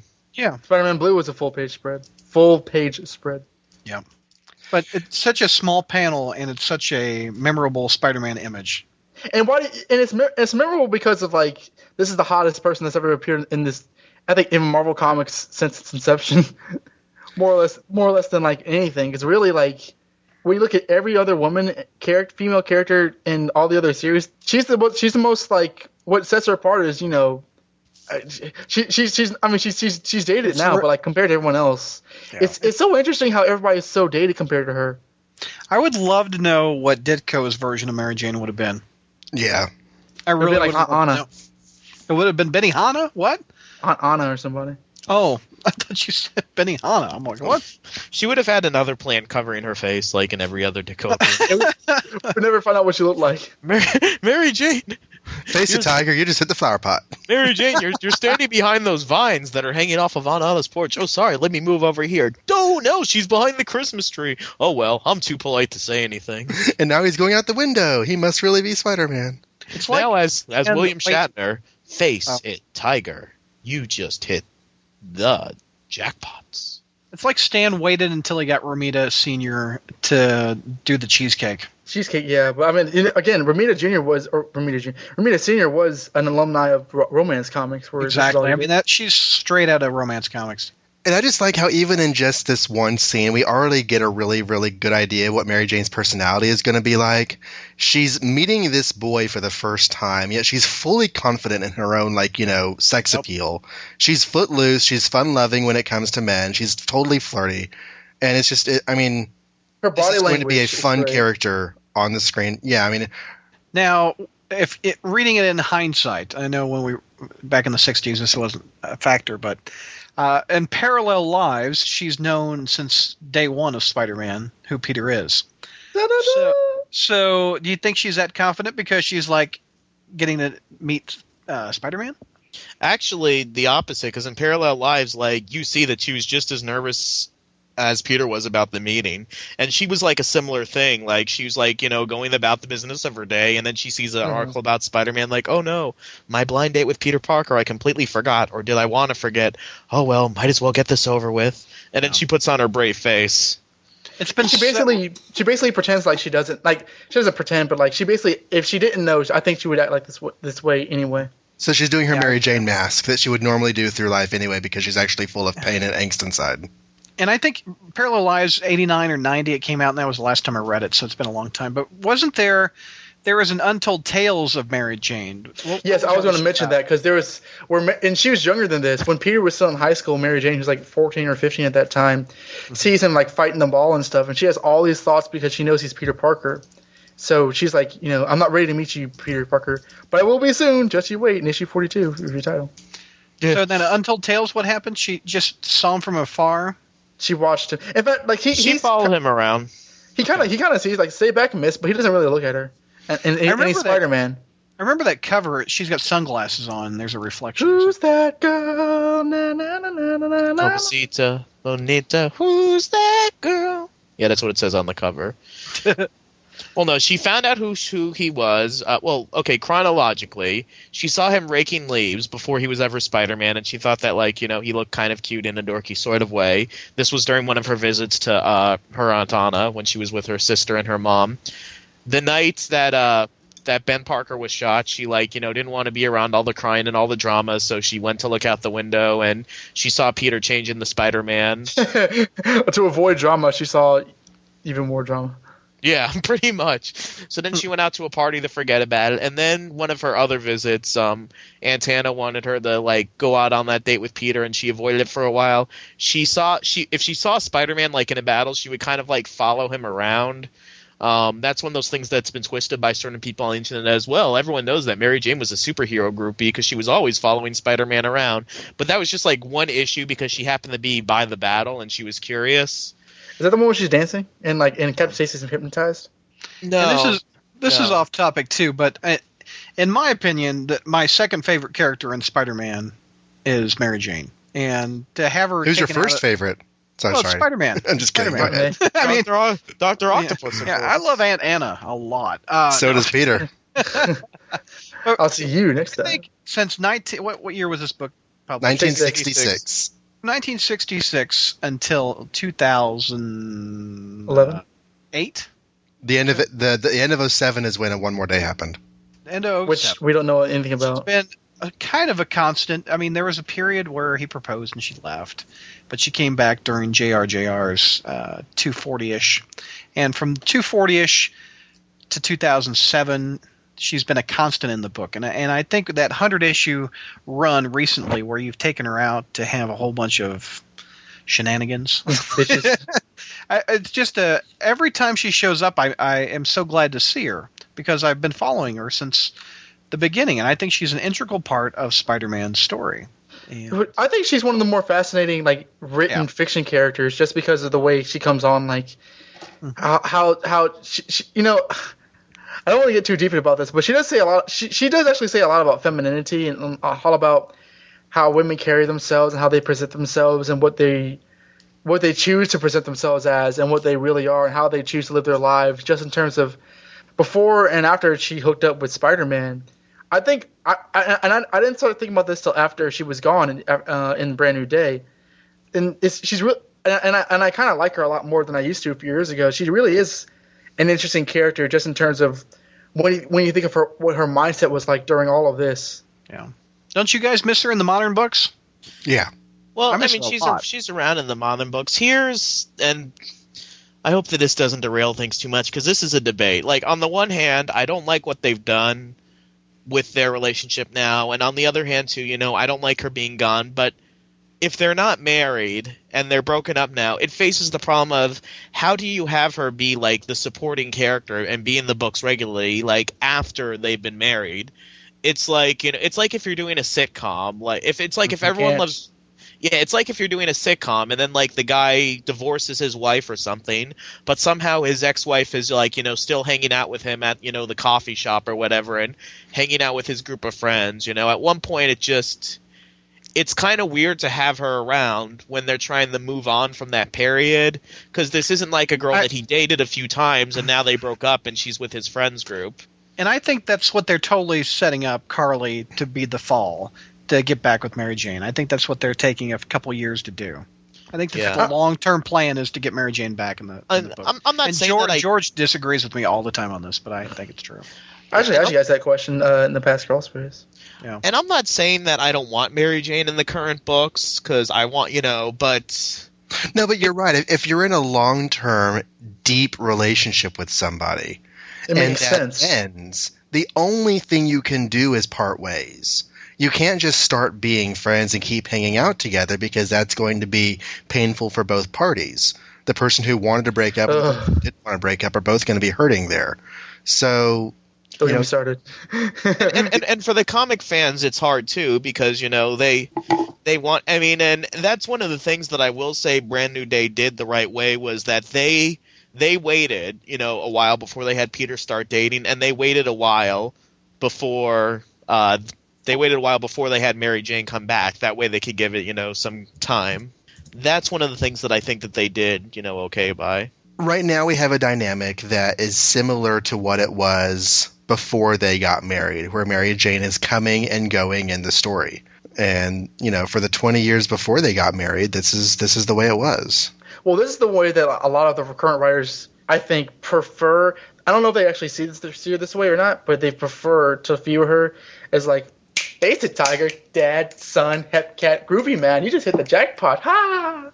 And it's like it's been written for at least 30 straight years consecutively that was like her choice. She's not that way in her, when she goes to bed at night. But the writers just want to see her that way because the writers like cliches. Well, she wasn't that way 24/7 either, though. Like, people had that misconception that until Tom DeFalco came along, Amazing Spider-Man number 122, for Christ's sake. Or like, during the Len Wein run, like, she had moments, with Peter where she was like, mad at him, or she was like, being serious about stuff, or like, she's like, where are you? Aunt May's in the hospital. She wasn't always like, check out that mailbox over there. It's so far out. Whoa. It's like, you have J. Jonah Jameson, you have Aunt May, you have Dr. Octopus, you have Flash Thompson. Whenever you want to, Betty Burns, and you have you have supporting characters that color Spider-Man's world, and I think Mary Jane has always even now like because this is still the beginning of Spider-Man's real career. So even you can't like separate it too much without just just destroying the status quo into something that is irrecognizable, in my opinion. I did like how the Rhino story was continued through the background of this book, because usually when a villain is defeated, he just goes away until he's ready to come back. And here he continues in the background. And John Romita is actually going to do this at least a couple more times. He'll have a trilogy where the first 2 parts are separate stories, but then they come together for the third issue. And like the elements of the first part continue in the background through the second, and it all comes together in the third. We're Very going to see soap opera-ish. Yeah, it's very, very cool. Mm-hmm. But in this issue in the Marvel Bullpen Bulletins, we have sensational secrets and incredible inside information guilelessly guaranteed to avail you not. There's a bit about all the king-size specials on stands right now. We talked about the Spidey book last episode. In the Fantastic Four book, you have the Golden Age Human Torch returning, which is pretty cool. I've been reading a lot of his old books from 1939 and 1940. I'm on a mission right now to read everything Marvel. And I've just finished 19. A mission you will fail. A mission I will fail. I want to give it my all. There's actually a lot of really bad stuff in the first year and a half of Golden Age Marvel, but Torch and Namor and the Angel are usually pretty good. There's also another reminder of the Marvel Superheroes cartoon, which starts up next month. And there's even a full-page ad to that effect on the next page after the Bullpen Bulletins.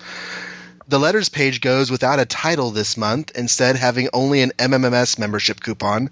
I didn't really see a whole lot to pull out of the letters column this month. There was no end of love for issue 39, with Romita's debut and the unmasking of the Green Goblin, which is as it should be, I think. Yes, exactly.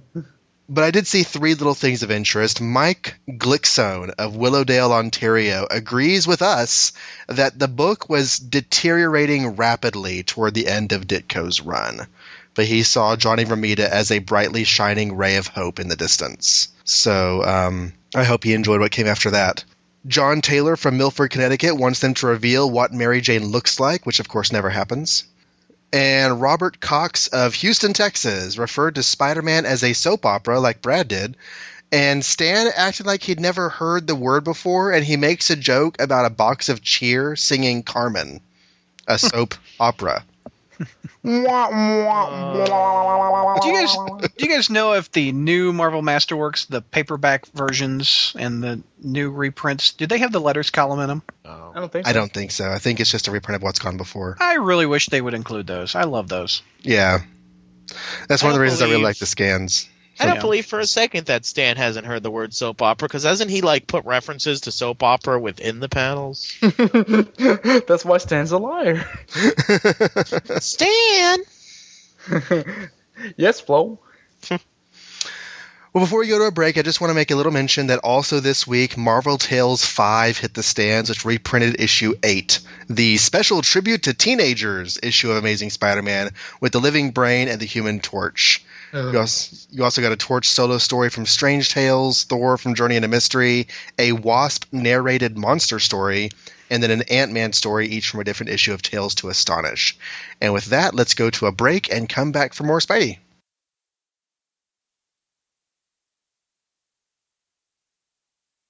After these messages, we'll be right back. Sawate. My name is Stella, and I am the host of Batgirl to Oracle, the Barbara Gordon podcast. Batgirl to Oracle is a podcast and site dedicated to Barbara Gordon, the first woman to hold the Batgirl mantle for an extended period of time, roughly 1967 to 1985. The goal of BTO is to examine the character's history from her first appearance as Batgirl and continue on through her current tenure as Oracle. Each episode looks at vintage issues of Detective Comics and Batman, and modern issues of Batgirl and Birds of Prey. I also keep track of news involving Batgirl and other members of the Bat family, and I examine Barbara Gordon's appearances in the media, such as TV, film, etc. I've been blessed to be able to interview writer Brian Q. Miller, and I hope to interview more creators and actors in the future. My goal, most importantly, is to make a fun, entertaining, and thoughtful show that people enjoy and from which they learn. Please visit us online at batgirltooracle.net and look for us on iTunes. Thank you. September 8th, 1966. A date that will be recognized by many of you out there in listener land, for it is the first day the viewing audience got to participate in the voyages of the Starship Enterprise on her 5-year mission on Star Trek. New world. It is also the first day that comics readers got to read a Spider-Man tale featuring the long-anticipated Mary Jane Watson. Amazing Spider-Man 43 was released on September 8, 1966 with a cover date of December, finishing out the 1966 cover date books. And Josh Bertoni, tell us about this story. Well, we start with the cover, which says Rhino on the rampage. The Rhino's standing in the middle of a street and, cracks all around because he's that heavy. Spider-Man's holding onto his horn, being swung into the air, and a crowd of people, including, you can spot a Frederick Foswell, who's borrowing an outfit from Harry Osborn and Jimmy Olsen. He's in the left-hand corner. So, let's open up the page. Away we go. First, we got a guy, because everyone last issue, was like, all those readers was like, wow, John Jameson, he's an astronaut, he's strong, I want to be just like him. So the ad people took advantage of that and said, let me show you how to make yourself astronaut tough. Friend, dare you risk a dime? That's right, it only costs 10 cents to be like a big, strong astronaut. It looks like the same kind of like Charles Atlas type of ads, but it's with an astronaut at the top. Yeah, go figure.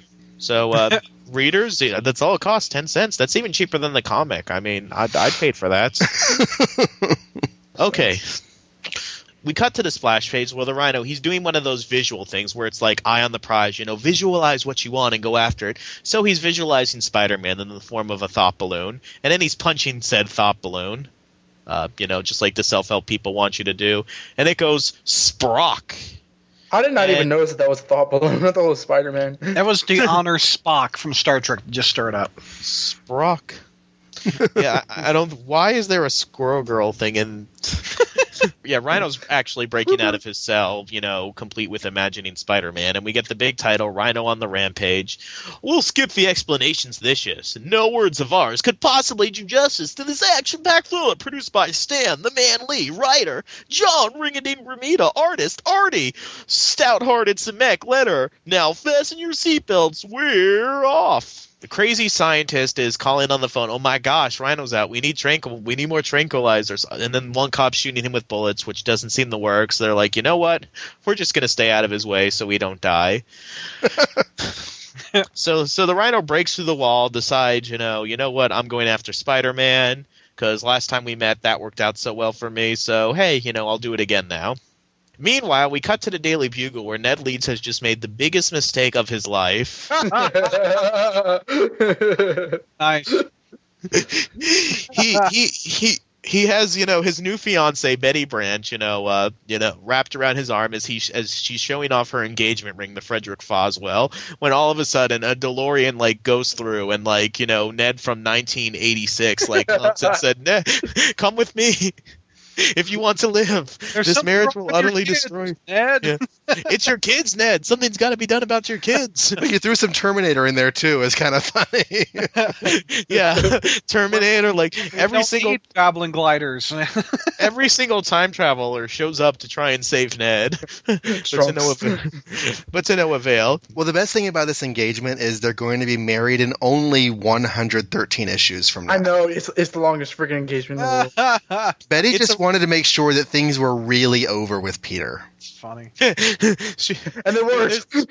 There's lots of nice. And then in less time than that, in less than 113 issues after she gets married, she's boinking Peter again. Oh my She God. left her honeymoon. Her honeymoon. In Paris, the most romantic city on the planet. Her honeymoon.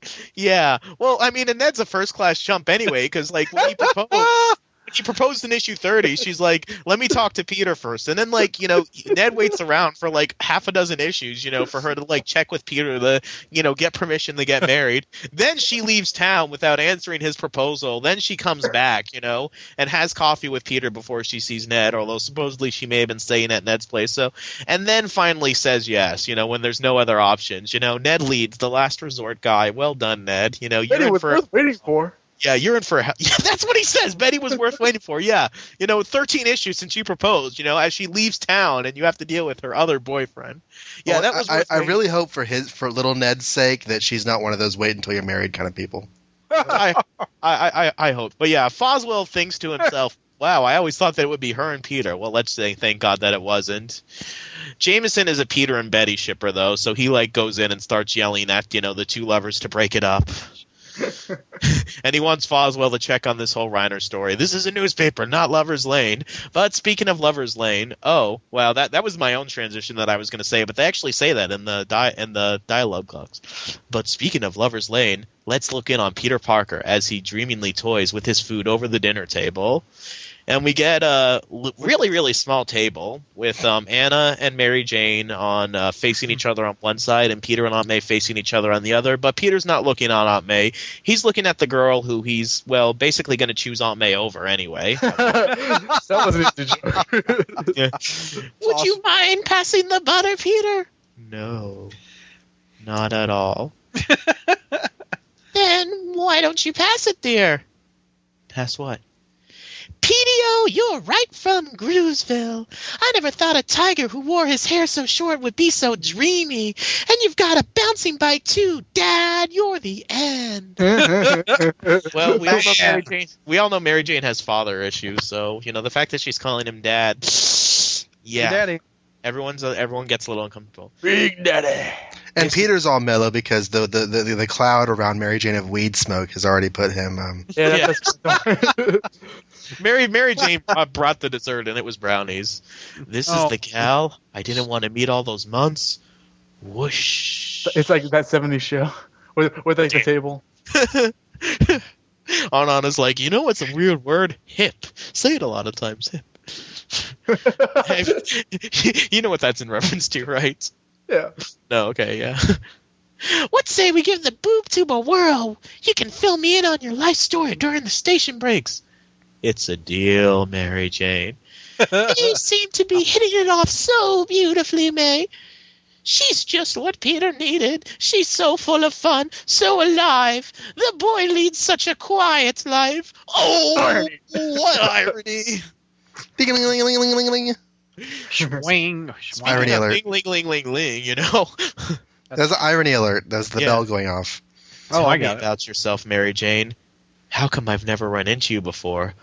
What do you do with yourself when you're not driving hapless males out of their minds? You come on strong, son. Wait, now he's son? Wasn't he dad before? Oh, whatever. And all this time, I was afraid you'd be the shy type. Anyway, I spend most of my time taking drama lessons. Ooh, you plan to be an actress? Correction, Clyde. I am an actress. It's just a matter of time. I'll be the big, blind, bouncy world discovers that fabulous fact. Come on, Petey, let your hair down. They're playing our song. As she turns on the TV to some generic music show, depending on what decade it is. Like, if it was like Marvel Tales, it would be like TRL or something, or American Bandstand. Or like Tosh.0.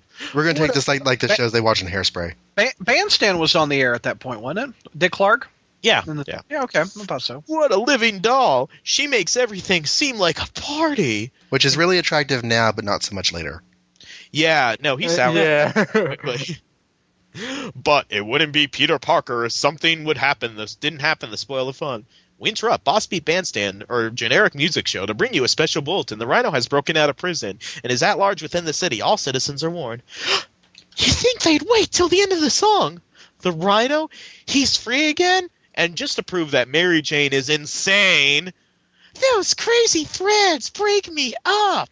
Man. Like Rhino's skin is actually like normal clothing. Yeah, like, whoa. When I read that line, these threads break me up, I instantly thought of our message board. I thought you were Maybe it's just me. I thought you said you spat out your coffee when you read that. These threads, man. Well, it's like Mary Jane could be like watching like a video of like, some, third world dictator like threatening the U.S. and like, I will bomb a city every hour on the hour. And she'd be like, wow, like, dig that crazy necklace of his. This is really serious, Mary Jane. We're all going to die. Oh, man, I'm going to miss the next Boss Beat Bandstand. Which is not a real show, by the way. It's John Check. It's produced in ESU, studios. Yeah, this is one of those times I don't know. Starring Sally Averill.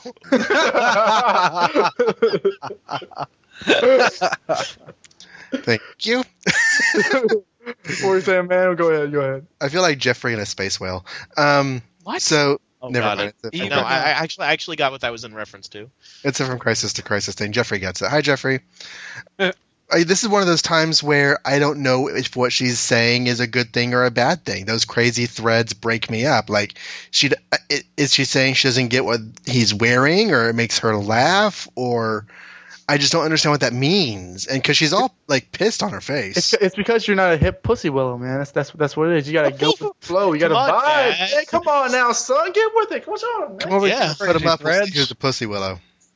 Y'all need Wow. a little Mary Jane in you. I don't know what pussy willow is, to be honest. Like, what? All I know is you don't mix it with the kumquats, otherwise you eat a lot of dickweed. That's it. I'm out of here.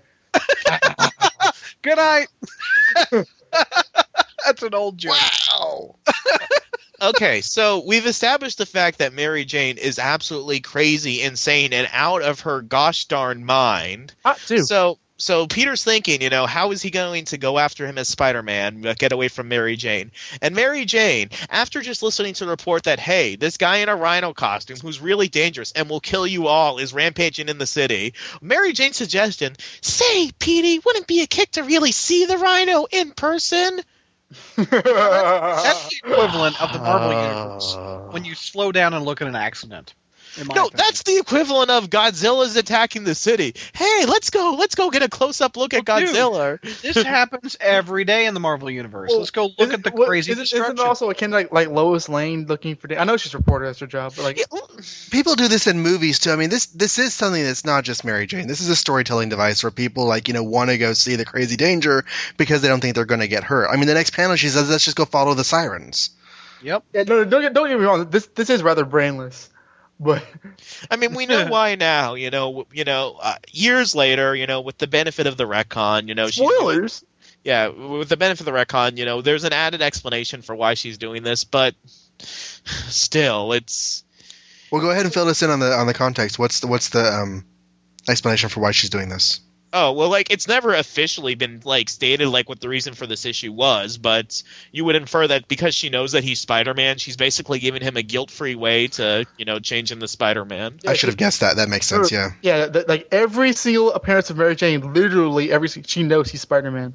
So she's like, okay, this Rhino guy is coming. I can see Peter has that constipated look on his face, so he must want to go fight him.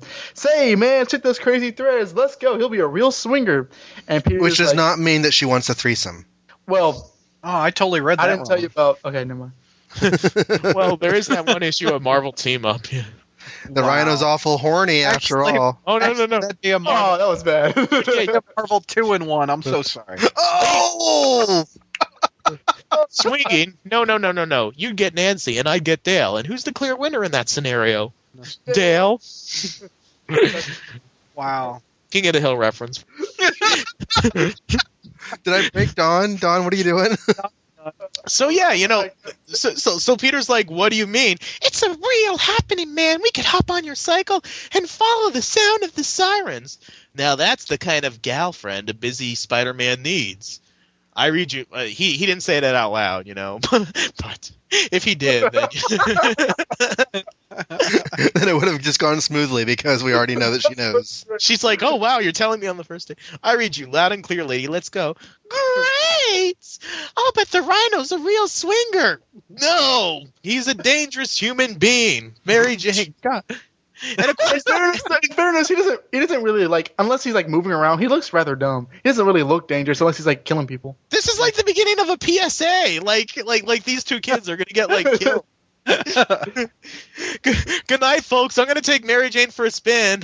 The dinner was delish. So, and the ants have no problem with them going out to find the Rhino. Not that they know that that's what the point they was. know. Kids have fun with that Rhino. And then, Totally bad, Dad. yeah, I love that.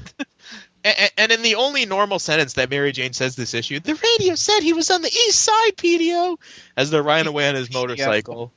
Meanwhile, we get a scene in the offices of Nelson and Murdoch where we visit our friends from Daredevil, Karen Page, Foggy Nelson, and Matt Murdock. Where they're Who's back from the Owl Island, by the way? Yeah, they're bemoaning the Rhino's escape, and Foggy's like, "Oh, it sucks that that I represented Rhino instead of you." And then Matt, jerk that he is, thinks in his head, "Huh? Yeah, I wish it was me too, and not you, Foggy." basically like confirming, yeah, you're an idiot. And then Matt's like, well, it's up to you, Foggy, to make sure that the Rhino doesn't injure anybody. As if that's like a pretty big responsibility for a lawyer. And even Foggy's like, no, let's let Spider-Man handle it. And then more stupidity, because this like 2-panel scene of the Nelson and Murdoch offices doesn't have enough stupidity in it. Matt Murdock thinks, I wish Daredevil could go after him, but the web singer deserves first crack at him. So I read that today, and I was like, that's so dumb. Yeah, this is the same man who watched him, who like just to be a dick, watched him take on the ringmaster and all those guys. You know, like go back to issue 16. He went out of his costume, went back into the audience, and ate popcorn and watched Spider-Man take on like 5 guys at a time, just because he felt like it. What if, like, you know, like it shows up on the radio, the Rhino has killed 6 people, and then Matt's thinking, no, not yet, Matt. You must let Spider-Man fight him first. Wait for Spider-Man. Rhino pours Spider-Man through the abdomen and throws him to the side. It's just an ad for people to pick up Daredevil. Yeah. So Rhino decides to smash some stuff until Spidey shows up. That way he can exact his revenge. And smashing stuff winds up inducing a flashback, as smashing stuff is often to do, of his origin, where we see that the Rhino was working for scientists who basically call him an idiot. Like, this dialogue, they're like, let's see. Where is it? Remember. You're too stupid to be trusted, but I disagree. I feel that your very lack of intelligence will prevent you from ever betraying us. Basically, like, oh, you're too stupid to betray us. And we're going to say this in front of you. Yeah. Are the scientists from Russia? Maybe I read into it or something. Well, his name is Alesky Setsevich. Right. But that's not revealed in this issue. Yeah, we don't know that yet. Okay. Yeah, so Rhino... When the story starts, he's south of the American border. So it could possibly be something in Mexico or some other Central or South American country. Although that makes less sense than Russia for me. I don't know. Yeah, they say that he's not working for any particular country. He's working for scientists who they work for whatever country pays them the most. And he's working for science. Yeah, that's right, science. He faces months of injections of science and zaps of science rays, and they put molecular science coating on his skin to help give his skin scientific strength. And the appearance of a Rhino, we're told that it made him smarter too, but we'll see. He decides that since he has the power now, he's not going to take orders from anyone, and he busts up the lab, and the people like decide to play. They literally decide to play dead. Like, where's that dialogue? Wait, what about his money? Exactly. That's the only reason he's doing this. No, exactly. Yeah, that's the gag that I put in the recap. He decides that since he has the power, he'll take orders from nobody until he works for the people who send him after John Jameson 2 issues ago, apparently. So, in the line where it says it makes him smarter, I was just like, really? It makes him smarter? How dumb was this bastard to begin with? Let himself be coated in a rhino skin. I mean, damn. What shuttle? Yeah. Where are you from? Jersey. Which isn't really true, but... So Peter gets to the crowd where everyone's like... Apparently, like, everyone had the same idea as MJ that day, so I guess MJ isn't as stupid as, you know, it seems, because the rest of the city's doing the same. Or everyone was high. Yeah. Everyone got what MJ was having. And he decides... I don't know why Peter doesn't just do this more often. He decides to just tell her, I'm going to go off somewhere and take pictures for the Daily Bugle. And she totally buys it, and he's like, can't stay away too longer. Mary Jane will become suspicious. So Spider-Man sets off his camera, and he starts fighting the Rhino. Here's a question. Was the word Mary Jane associated with marijuana back in 1960? Well, allegedly, Stan Lee had no idea that it was, but Stan Lee, you know, the hip cat that he was, had no idea that was a euphemism, so that's what he claims, that he didn't know. Okay. Are we going along with the idea that she's really stoned half the time in these issues? I never read it then or now and thought she was stoned, but we'll get into it. So Spider-Man spends all of his time dodging the Rhino, so the Rhino's like, forget this, I'm just going to make you come after me. So Rhino starts to go after the crowd, which obviously Spider-Man doesn't like, because as Silvermane says, Spider-Man's weakness is that he cares too much. Baby Silvermane. Baby Silvermane from the animated series. And Mary Jane in the crowd, it's Spidey! Oh, isn't he the dreamiest? Petey better get back before he misses all the fun. So yeah, way to let everyone in the crowd know that, you know, Spider-Man's here, but Peter Parker's not. Just saying.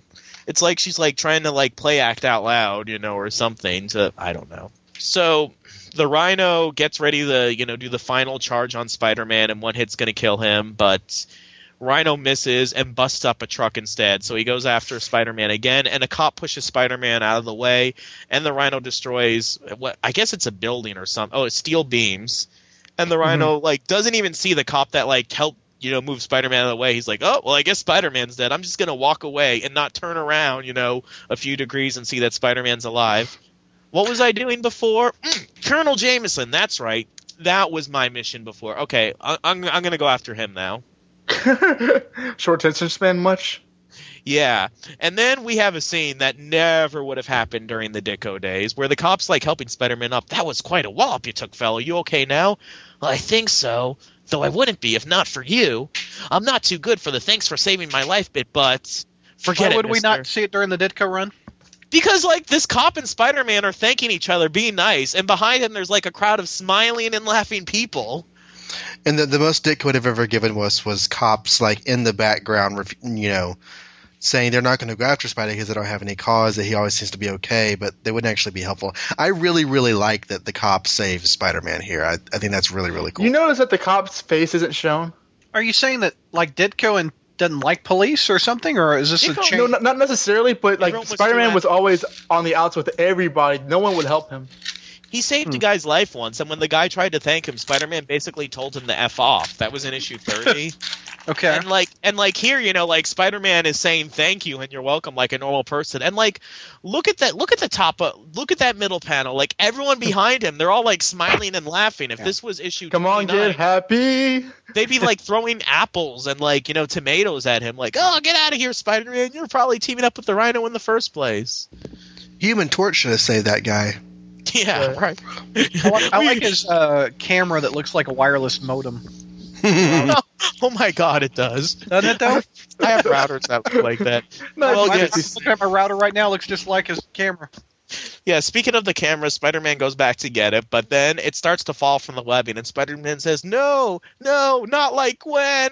And he catches the camera with its webbing, but not before its neck snaps. I had a similar vibe from it, but I couldn't figure out what the joke to make. That was awesome. Spider Strength, I love you. Not only am I the most dashing superhero on 2 feet, but who else can save a camera from falling to its camera? I shouldn't even laugh at that. No, camera, no. I saved you. Don't you see? I saved you. Photographic idiots! That camera was exposed before it hit the ground. That snap was the picture being taken. Snap. There you go, yeah. Somehow the camera falling gave him an idea of how to beat the Rhino, and he goes to look for pieces of the Rhino's skin, which was falling off for some reason. Science is stinging. He's shedding. Yeah, so he goes to get that for science, and he goes to meet back up with Mary Jane.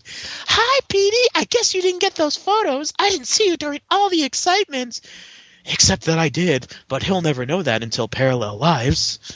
She says to us. Yeah, she says to us, as I made up. Oh, I got them all right, Mary Jane. I ran into a building and snapped them from a second floor hall window. Pretty clever, Dad. But speaking of buildings, I better get back to mine now. Shall we ride, Clyde? I'll leave you stranded here forever, unless you tell me you're free tomorrow night. I promise, Rock Hudson. Well, he's gay, Jane, but we don't know that yet. But I don't want him to take me for granted, or he might turn the man or something. Well, I have to say, Peter, it is a pretty smooth line there. I'm going to leave you here forever unless you tell me you're free tomorrow. But we're making fun of her whole little rhyming thing with Ride Clyde and Mad Dad and everything. What's she going to say to Peter? I mean, there just aren't that many opportunities. Did you feed the parking meter, Peter? Were you studying Demeter, Peter? I'll buy a 2-liter, Peter. The other thing I noticed... I see lipstick on your collar. Are you a cheater, Peter? Betty, where'd you come from? I think this is a pivotal turning point for Peter, because doesn't he's always, I can't ask the girl out. I can't do this. He met her within a few hours ago. He's asking her out. I mean, he's getting more confident. Well, quite frankly, because, now he's dating someone who isn't a complete this is a different kind of different kind of psychopath. He's dating someone. He wanted to ask out Liz. He wanted to ask out Betty, and he always pined over both of those. But this chick he just met, and he's like, I got to go for this. Well, I think it's also because Mary Jane is not Betty or Liz. She's not like she has fun with everybody, not just people in her clique. She's like a fun-loving girl who's about the herself and the world. So there's a different vibe he gets where he feels he can approach her and be kind of sarcastic. And this, if you're in the pro Mary Jane column, because there's always the Gwen versus Mary Jane debate, this is an instant win for Mary Jane because he asked her out before Gwen. And this is in that second panel, you can't see it, but as she's tickling his chin, she's also like leaning her hips back and doing a hip grind with him. So that's definitely giving him confidence. Oh, dude! Wow. I would say last night, but never mind. And the sound effect next panel is vroom. Wow. Anyway, I mean, this just proves that it's the perfect match, in my opinion. I don't know. Well, yeah, he's with someone who isn't a sociopath, and actually lets him go off and take pictures as opposed to you're not taking. Yeah, I know you're going to take pictures of Liz Allen. Oh. Josh, John. Remember that issue where we did it last week with from Crisis to Crisis where she got mad at him for that nude movie thing. Yeah, she called him a square. The what? Yeah. Where she wants to get a part in a movie, but it's going to involve some nudity, and Peter gets all mad about it. Well, Peter's like, I don't know. I knew it. And then Rachel Bailey says, so she wants to be a whore, and he's mad. That's Spider-Man number 18. By written and drawn by Eric Larson. Oh, okay. Got it. So he drops her off at his apartment, muses about having an apartment of his own one day, but Aunt May, he must always think about Aunt May first. Foswell is writing up the story about the Rhino and Spider-Man's fight with Jameson right behind him. And here's a little trivia question, folks. In issue 43 of Amazing Spider-Man, who tells Peter Parker that he hit the jackpot? If you answer Mary Jane Watson, you're wrong because that was in issue 42. Because Jameson says, when Peter gets in the photos, Parker, you finally hit the jackpot. Oh, God. That's going to be a Spider Jeopardy question. I know it. I better mentally record that. Yes, mentally. That'll be like, you're J. Jonah Jameson? That is so a great trivia question. I'd like you to meet my niece, J. Jonah Jameson. I knew this blind date was a bad idea, but I never dreamed of this. Man. And she's got a mustache. Oh, well, I better get this blind date over with. So Peter thinks that he's going to get paid in money, but no, Jameson's going to pay him in bathroom privileges. Okay, explain that. What the... We can't. I don't get it. Is there a club? What are they doing in there besides taking a leak? I'm not making this up, Amazing Spider-Man Classic listeners. Foswell, give him his own key to the washroom, Put his initials on it. Because one time what have to do if they didn't have the key? Remember that time that he paid him in bars of chocolate? I mean, this guy does not understand what appropriate salary is. I don't get it. What kind of washroom is in the Bugle? I don't really understand. It has pink water. A what? He's all candy and colors. Can the hired help not take a leak? I mean, what's the deal? I really that one just boggled my mind. He's a cheapskate bastard. That's what it is. The mind wobbles. I mean, do you guys get it? No, I just think he's just being a douche. Yeah, supposedly, like in big buildings, like the executive, like getting keys to the executive bathroom is like a really big deal, I guess. But I've never worked in a place where there's been like different levels of bathroom, Me neither. I just didn't get that. But okay. Peter goes to Dr. Kirk Connors to examine the rhino skin, and then they do some science together. But Peter takes a break from some science to call his Aunt May to say that he's studying at a friend's house, to which, doesn't Aunt May still think that you're out with Mary Jane? So, well, she probably, and yeah, whatever. Yeah, I don't know. He doesn't want Aunt May waiting up for him. She's probably like, no, good. Peter's like, what? No, Peter, stay out later. You got to seal the deal, man. I put too much time and effort into us. Studying with a friend? Who is this friend? Is this a female friend? No female friends. So Connors keeps on saying, you know what? I should turn back into the lizard. That'll stop the rhino. And Spider-Man's like, yeah, you turn back into the lizard because I didn't spend enough time trying to cure you from that before. No thanks. So they come up with some sort of scientific thing, this, out-science the rhino, and Spider-Man swings away as Kirk Connors is like, are you sure the lizard can't help you? And Spider-Man's like, yes! And this was all basically reminding you who Dr. Connors was and everything for next issue. Yeah. Yep, pretty much. Mm-hmm. There's a lot of foreshadowing in this era. And really, Marvel Tales had just reprinted the lizard a handful of months before. So I'm thinking again that Romita is just taking his cues from things that happened earlier in the series. He's just seeing, the earlier books and saying, oh, I can follow up on that story. Oh, I can follow up on that story. With John Jameson and now with the lizard and stuff. So the Rhino goes ahead and attacks John Jameson's hospital room as the people surprisingly realize once again, oh my gosh, bullets don't affect the Rhino. I totally forgot. So Spider-Man goes after him and webs him, and the Rhino's like, haha, stupid web, that's not going to do anything for me. But then all of a sudden the Rhino starts getting more and more naked because this web does yeah. So This web basically melts the protective coating of his suit. I had a hunch you were wearing an artificial covering. The only problem was finding a way to melt it off. And it looks like we found it. My horns, my head coverings, they're gone. Everything's melting off of me. That's a good Rhino. What shuttle? This is just like the 90s show where it's Spider-Man and versus the Rhino while John Jameson's life hangs in the balance. The ooze that got Rhino's suit. Ugh. So there was a guy in a Rhino costume. You lied. There's a tangent. So with the suit off of Rhino, Spider-Man clocks him in the face, knocks him out so the cops can arrest him. And I love the line. He's like, you wouldn't hit me now? Sure I would. You wouldn't want me to grow up frustrated, do you? And that's a good line. It's just like that.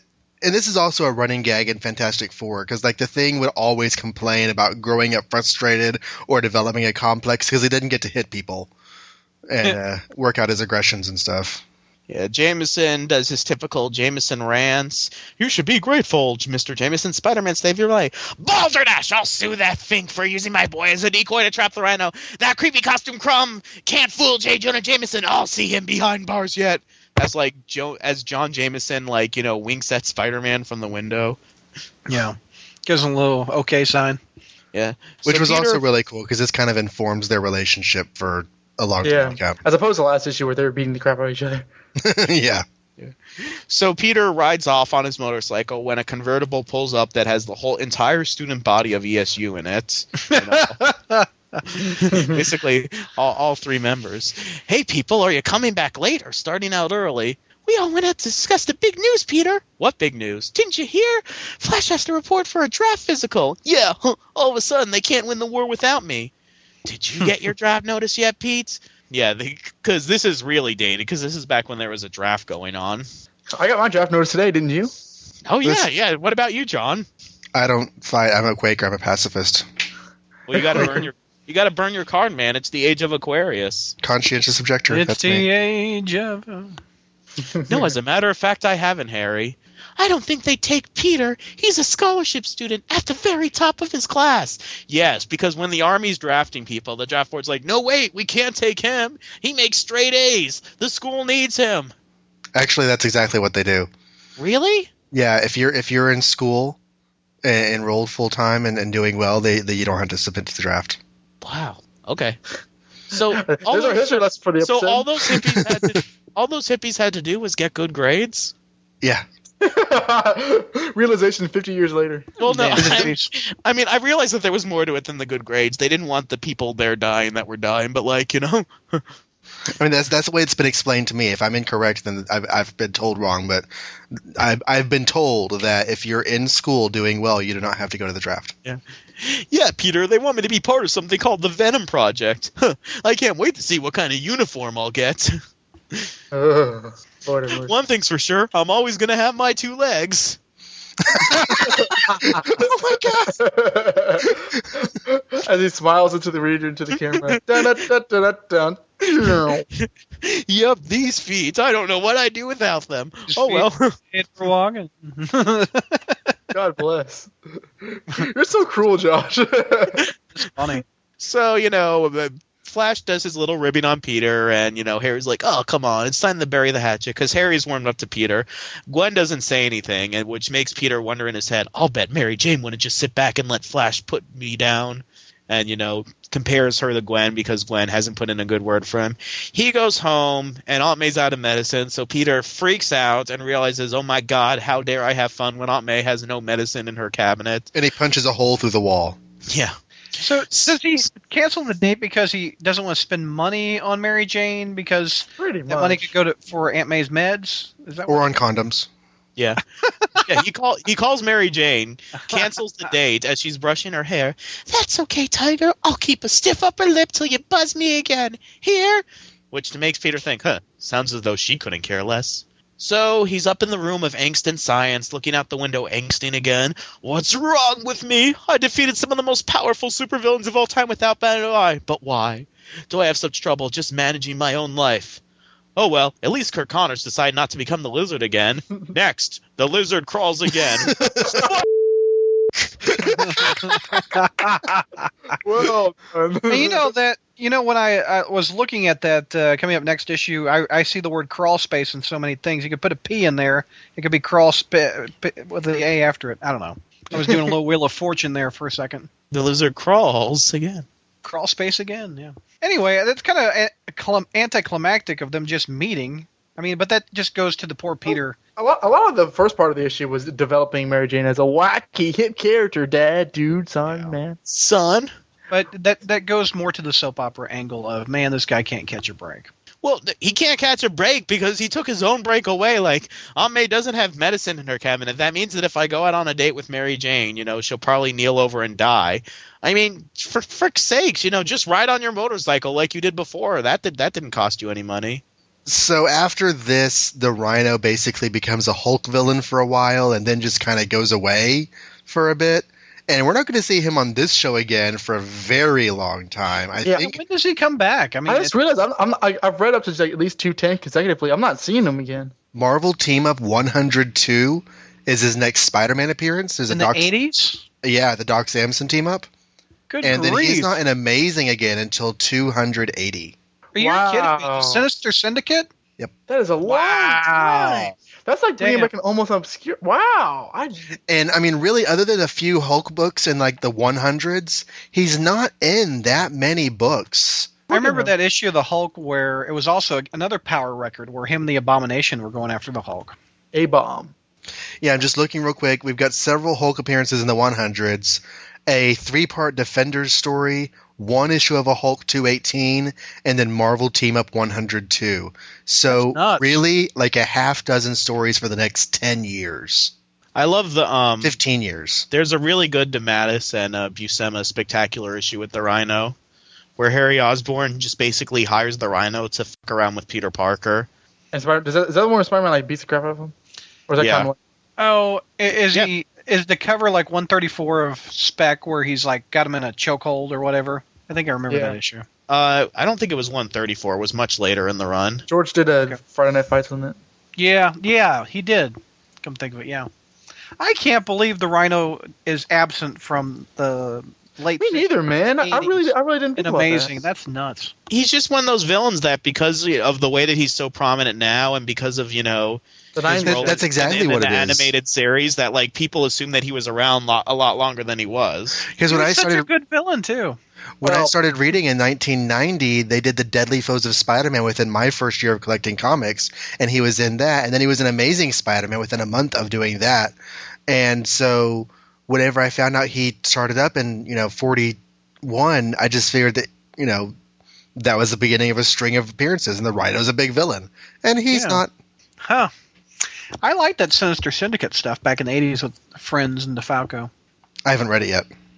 Oh, really? I want to. That's good. So Mary Jane, what is she on? Is she high on life, high on drugs? She's an exciting character that is the opposite of Gwen. That's kind of a bookworm, shyer. Okay, okay. We're doing this. Don knows that Brad stepped into this. Uh-oh, what did I do? What'd she step into? This whole Gwen is a bookworm thing. Like, what are you basing this Gwen is a bookworm thing on? Oh, don't. I'll rephrase it. Gwen is an introvert. We need Mary dragons. Jane is an extrovert. Gwen is an introvert. The same Gwen that like had all these guys crying around her. Date me, Gwen. Date me. Date me. Well, she's the one not who was an throwing exciting parties. I'll get you that. I think Bertoni's point is that most of those conceptions of her are from retcons, not from the actuals, the way the stories have been told. It is though, is that like Gwen is as good as it gets in that little ESU circle crowd, but when Mary Jane comes by, she shows them what a real woman is, basically. But in the books that we've seen, Gwen isn't as far out in her, carefreeness as Mary Jane is, but she's definitely an active girl, socially engaging and everything. Even still, like Gwen, when I think back on all of her appearances, she is to a certain level of degree. She is reserved. She is, she's not nearly as she just isn't or ever is as like party hardy as Mary Jane can be. Even like when she lets her hair down, literally. And starts to dance and everything. And start banging Norman Osborn. Yeah, before she starts doing that. That was the one time. I mean, you bang Norman Osborn once, and all of a sudden, people. Once you go goblin, you don't go back. Yeah. Hello, my dear. Once you go green, the rest are too lean. Once you go green, they're all too mean. I think that this issue definitely, and I think the last issue, but this issue for sure, he didn't have an inker for John Romita. So Romita's basically doing his own work, and I think the art, especially in black and white, looks absolutely gorgeous. I really and this happens for the next few issues. I love uncut John Romita senior art because it looks just a lot more illustrative. There's tons of more subtle expressions on the people's faces, and just little details which I can't even really describe just makes them seem they seem very dynamic and not even They kind of appear cartoony from like a quick glance, but there's a lot of humanity in a lot of these faces. Even like in that one panel on page 10 where Mary Jane's like, "Oh, Spidey, isn't he the dreamiest?" All these people have different faces and they have different facial expressions, which tell a certain perspective and a certain life behind these people's faces. And I think that Romita Senior was really, really like this is classic Romita Senior artwork, and I think that. He is just in his absolute prime right now. He's going to be in this way for a long, long time. Mm-hmm. One of my favorite panels is the one where Mary Jane's talking to Peter. She has her thumb and her index finger on his chin while he's asking her out for another date. Yep. It's a good shot. And what else? Mary Jane is high. Just a bit. Yeah, well, it took some of the edge off her, before she met Peter. You guys really don't think she's high, do you? You really think she's smoking a doob? If she went, I could debate on this for hours. We have hours. We're not doing anything. Okay, probably not. But if I was working at a McDonald's and she applied for a job with me, I would make her take a drug test. That's awesome. Based on retcons and stuff and what we know about her background, it makes me think that she wouldn't have done drugs. Because, like, you saw in the All My Past Remembered issue that, like, she actually was, like, very hardworking. She was working, like, multiple jobs to try and support her sister and her mom, and I think that drugs would have gone in the way of that. And then, like, also as she wouldn't have smoked on the weekends, though. Well, what issue did you just All My Past Remembered, that's the DeFalco issue where she and Peter go for a walk in the park, and she says, Have I ever told you my origin story? And then when you see, like, the way she was living when she first moved to New York and parallel lives, and then the way that she talked to her sister in the Proposal trilogy, I mean, she talks about, like, even when she first moved to New York, like, during this period, like, she was working, and stuff, and skipping meals at the Y, and, like, to try and, like, save money for modeling gigs. I think at the same time, though, that does lead a lot. That would make it very easy for her to, like, chill out with a bud or something. I would say that I think with all the later understandings we get of Mary Jane's character, probably not. But the way she presents herself and the way she's written in her first big chunk of her life, she is definitely the type who would. And I say the type who would like it's a stereotype. She took the Gobulin green. She seems to me the kind who would not be opposed to, smoking out when she wants to, but knowing what we do about how hard she works and everything. But then I say that, and I have friends who are hard workers who put in, really intense weeks and kick back with the bong on the weekends. So exactly, yeah. I honestly think if she's not high, it's just because she's not right now. She also enjoys cigarettes too, as we. That was my thing. I think you guys talked about this on the crawl space. One thing leads to another. I think that for a large majority of this past era, maybe not. I think by the time we are now in her life, in her character's history, at some point she had to have, but it never got to past a certain point, and maybe not even when we know her in the main history, but sometime in her life I would say yes. Well, when she started smoking, in the Michelini run, she talked about how she hadn't done it since high school. And to me, if you haven't smoked cigarettes since high school, chances are you haven't done any other recreational drugs since high school. Well, that's my thing. I would say you were smoking weed in high school, but not by the time. I would disagree with that. There are people who don't smoke cigarettes. Oh yeah. But you said chances are. I'll agree with chances are. Okay, never mind. Yeah, just the implications, and then like what we've seen of her early life behind the scenes and the retcons. I don't think that given her lifestyle, she would have done that because drugs would have gotten in the way. But I don't know. Well, this is starting into murky territory where I think that like it's one of those things. Like I know we're going to talk about Harry Osborn down the line and how much drugs he took and all the implications, but it's all like, what does this mean? Like, just what does this character action mean about this? How does this correlate to this? And I honestly, it could probably just go both either way, like Felicia Hardy. So Don had mentioned last issue that he thought Rhino's skin was permanently bonded to him, and I had argued the point, and it looks like I was wrong because it is definitely bonded to him here, although they melted off. And the immediate next issue, you were proven wrong. Exactly. Page 6. Okay, this is what happened. Page 6. The rhino is origining while he's crashing through stuff, and then a guy in the crowd shouts, "If I was in charge, I'd toss an A-bomb at him from the roof." So I go to my notes and I write, "Yeah, and destroy the entire city. There's a good reason you're not in charge, asshole." And then I go back to the panel. Could be that's why you're not in charge. There's a lot of that going on tonight. So Brad, yeah. Sorry, I didn't mean to interrupt, but is the Rhino your favorite Spider-Man villain ever? Oh no.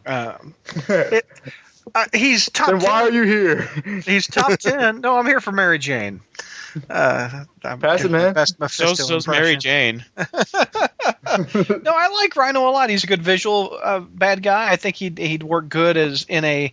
If they were going to do a movie, I think he would work well if they had to have more than one villain. I don't think he can carry a film. I will say that the design is like the goofiest since the Electro design.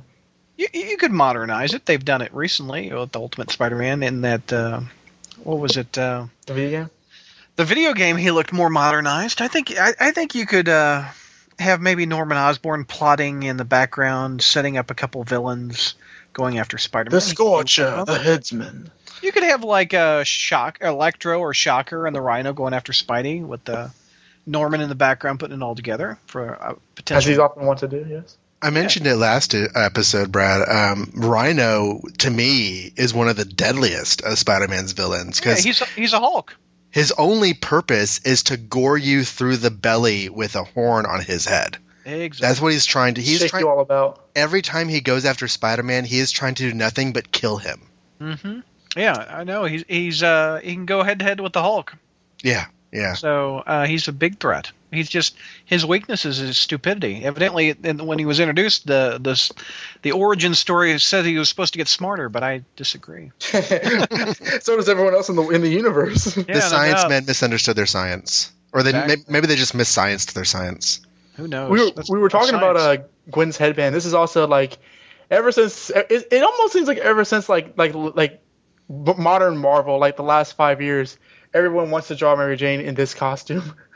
I say costume, like the baby doll t-shirt. In the black t-shirt. In splash pages and flashbacks and. In One More Day, she's wearing this because that's so symbolic. Yeah, I remember Quesada said that it was supposed to be symbolic, and he was disappointed that no fans noticed it. Which I did. Yeah, everyone noticed it. It just wasn't worth talking about. Everyone except John Wilson. Who the hell? Like the default image of Mary Jane. The default image of Mary Jane is that outfit. The default image of Gwen is the green trench coat and the headband. Exactly. The default image of Gwen is a tombstone.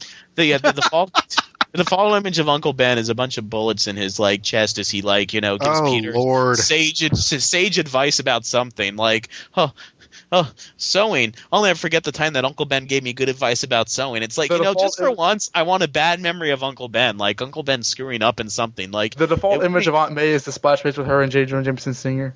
No, Aunt May's default image is her in that apron. Yeah, and then nothing else. Oh, Oh, the show is ruined. That's how we have Sunday night at the Parker House. Well, Bertoni's the one who talked about how Aunt May was kind of hot in that one panel 20 issues ago. Her body, the way it What? was drawn. Was she a gilf? Big bottom bitch. I would never plow Aunt May. I am not Nathan Lubunsky. I am not Willie Lumpkin. You're not a comic character. I am not Dr. Octopus. So, you think you're too good to talk to Dr. Octopus, eh? The Space Spores thing with John Jameson. It's symbiotes. Yeah. I know, of course, we all know the whole man-wolf star god thing that he goes through later. And that did the Space Spores ever come back, or does that Ruby ever dominate his destiny?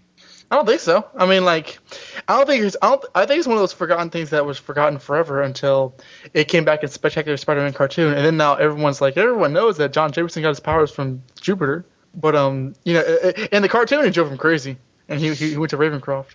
Yeah, it's more. He's more known for Man-Wolf and being Star God than his little stint as crazy Or being She-Hulk. When I first read the issue, who hasn't? First read issue 42, I was totally expecting Juggernaut, according to Dan Slott. Sorry, Don, go ahead.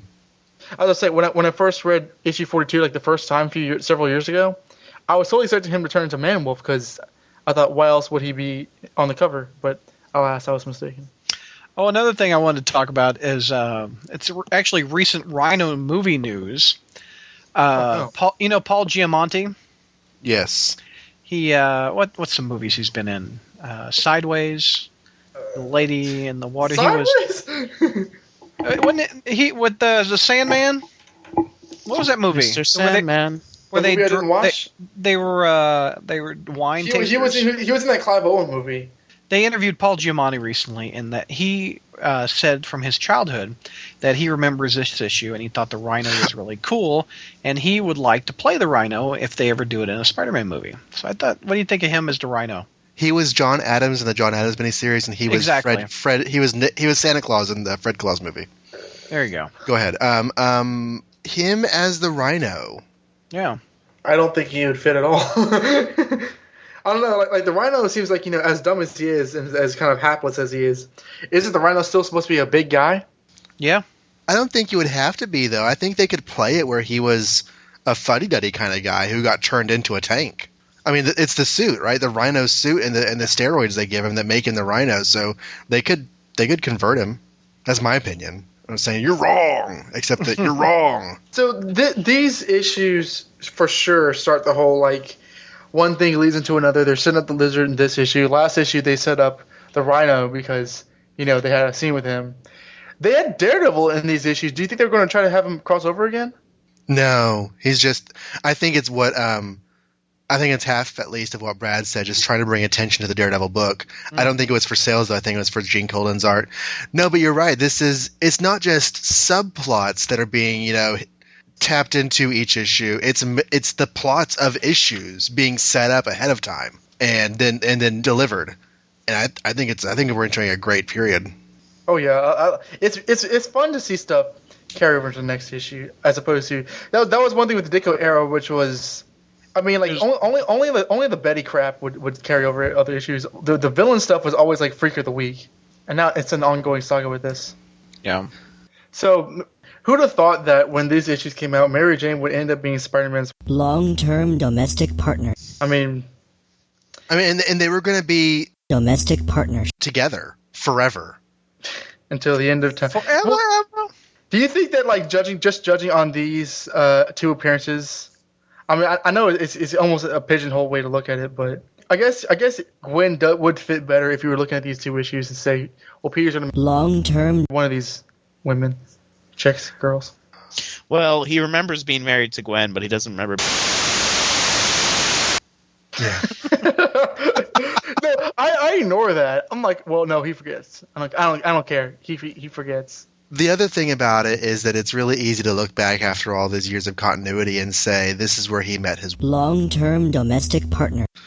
But we did not move steadily up a ramp from here to the 1987 annual with their relationship. I mean, most of the time between now and then, they're not going to be either together or even talking. Yeah, it's going to be a long time until they're like there's even a hint. Well, when it builds up to their relationship, I like that. I like the build up from Gwen's death to their kiss in the airport, and then Gwen's quote unquote return to him finally accepting that Mary Jane's the one for him and slamming that door so they can bang.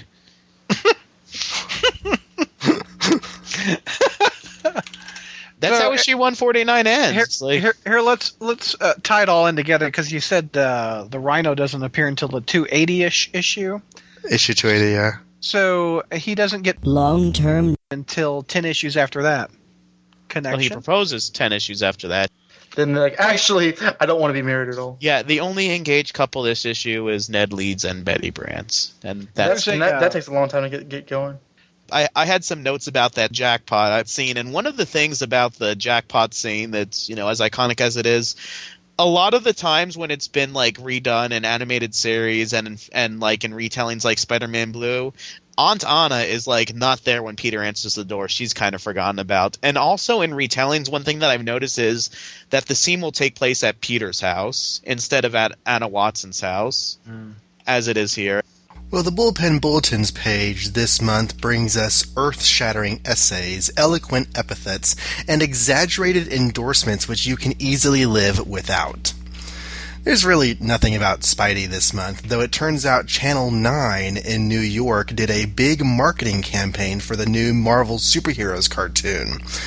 I hope there weren't too many disappointed viewers.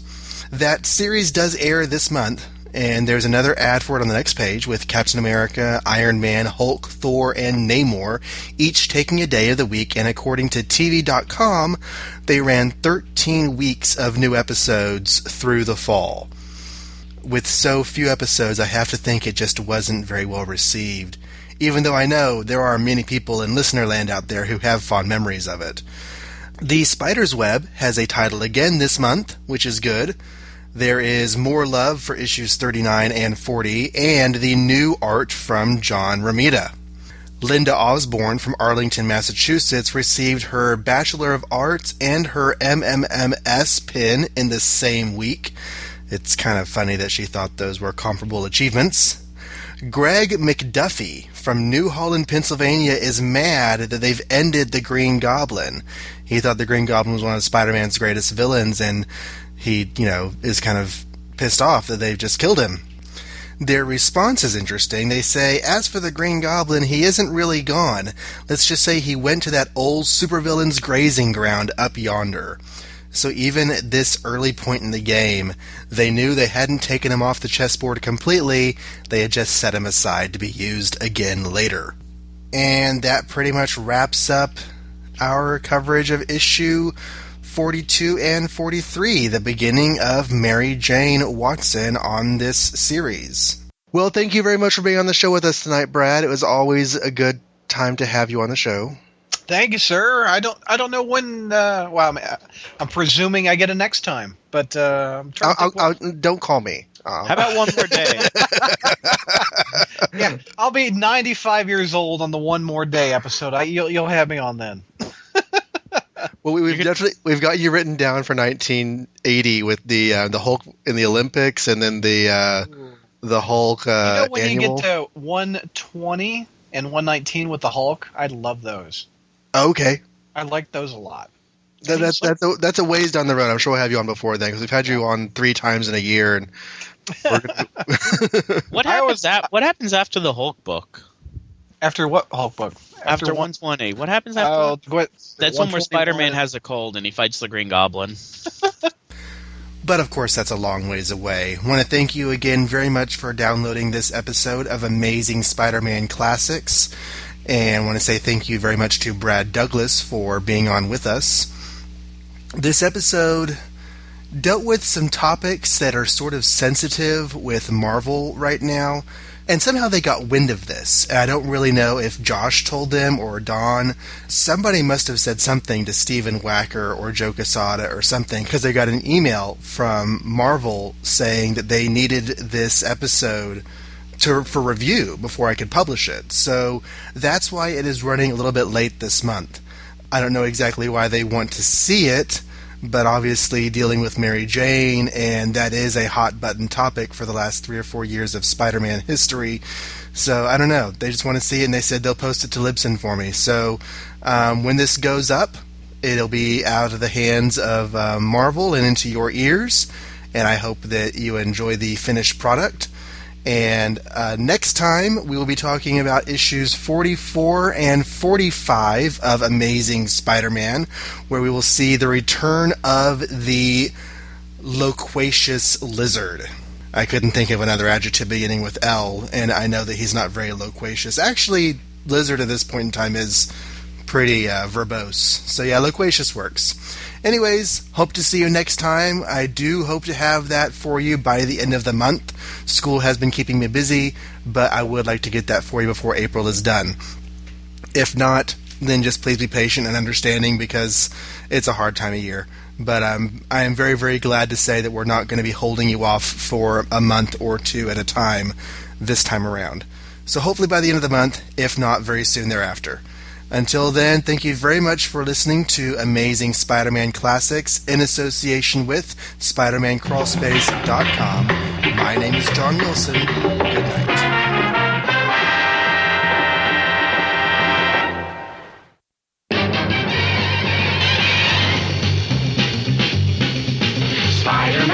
Spider-Man does whatever a spider can. Spins a web any size, catches thieves just like flies. Look out, here comes the Spider-Man. Is he strong? Listen, bud, he's got radioactive blood. Can he swing from a thread? Take a look overhead. Hey there goes the Spider-Man.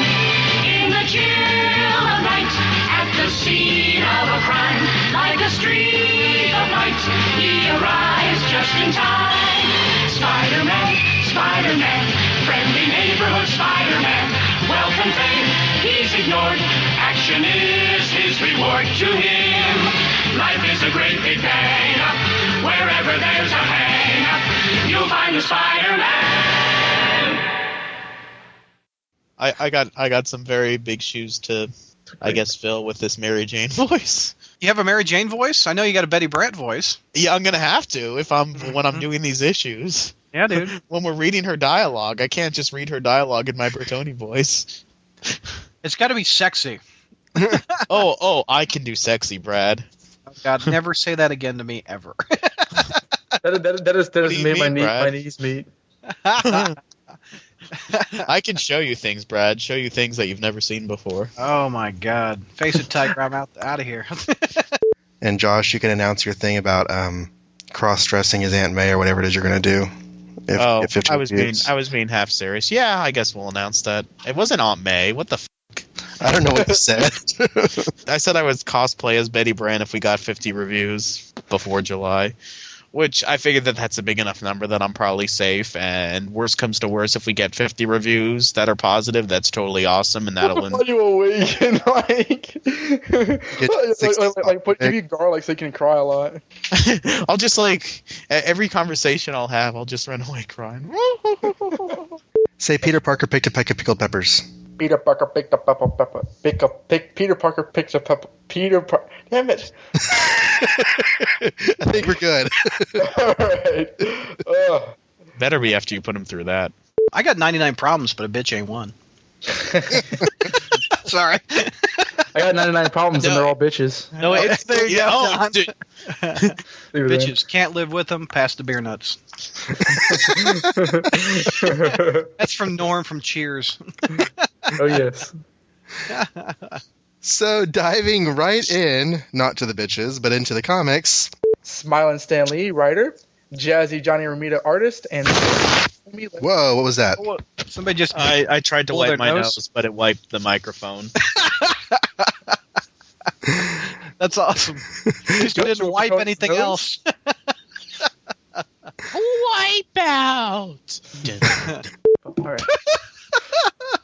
I really thought I put this on vibrate. Okay, That's funny. That's what she said. I'm sorry. I'm sorry. My I'm really best to sorry. quickly put it on vibrate, but from the way she act, I could tell it was too late. She said, "There's a mystery here, and I'm gonna solve this." And I said, "Please don't go looking in the closet." No one remembers that? Trapped in the closet. Oh no! Trapped in the closet. Yeah. That was hilarious. If you ever have an afternoon to waste, look up all the Trapped in the Closet videos on YouTube. Wow. He checks in the mirror. Then he checks in. Was it? And the dresser. I pull out my Beretta. Yeah. Now he goes to the closet. Now he's opening the closet. So what's new, John? Okay, so this is me getting the show back on track. I have no idea what these two are talking about. I have no clue. Me neither. You gotta YouTube this shit. All right. I'm sorry. Okay, let's finish up because nothing else happens in the rest of the We're station. getting to the good part, son. All right. Dad. All right. Yeah. Brother. So. Well, we start with the cover, which has Rhino on the rampage, and Rhino standing in the middle of. Ooh, I got a text message. The Rhino got a text message. The Rhino got a text message. Yeah, Stanley was very, Clairvoyant. Clairvoyant about these things. Brenda and Eddie were still going steady in the summer of '75 when they announced that the wedding. There to be at the end of July. Do. Everyone said they were crazy. Everyone knows that you're much too lazy, and Eddie can never afford to live that kind of life. Oh, but Brenda and Eddie would always learn how to survive. Whoa. Okay. Well, they got an apartment or something, and a couple of others here. What A big canceled water 80s comp is this? This is Scenes from an Italian Restaurant by Billy Joel. I like that song. They started to fight when the money got tight. They just didn't count on the tears. Oh. Whoa.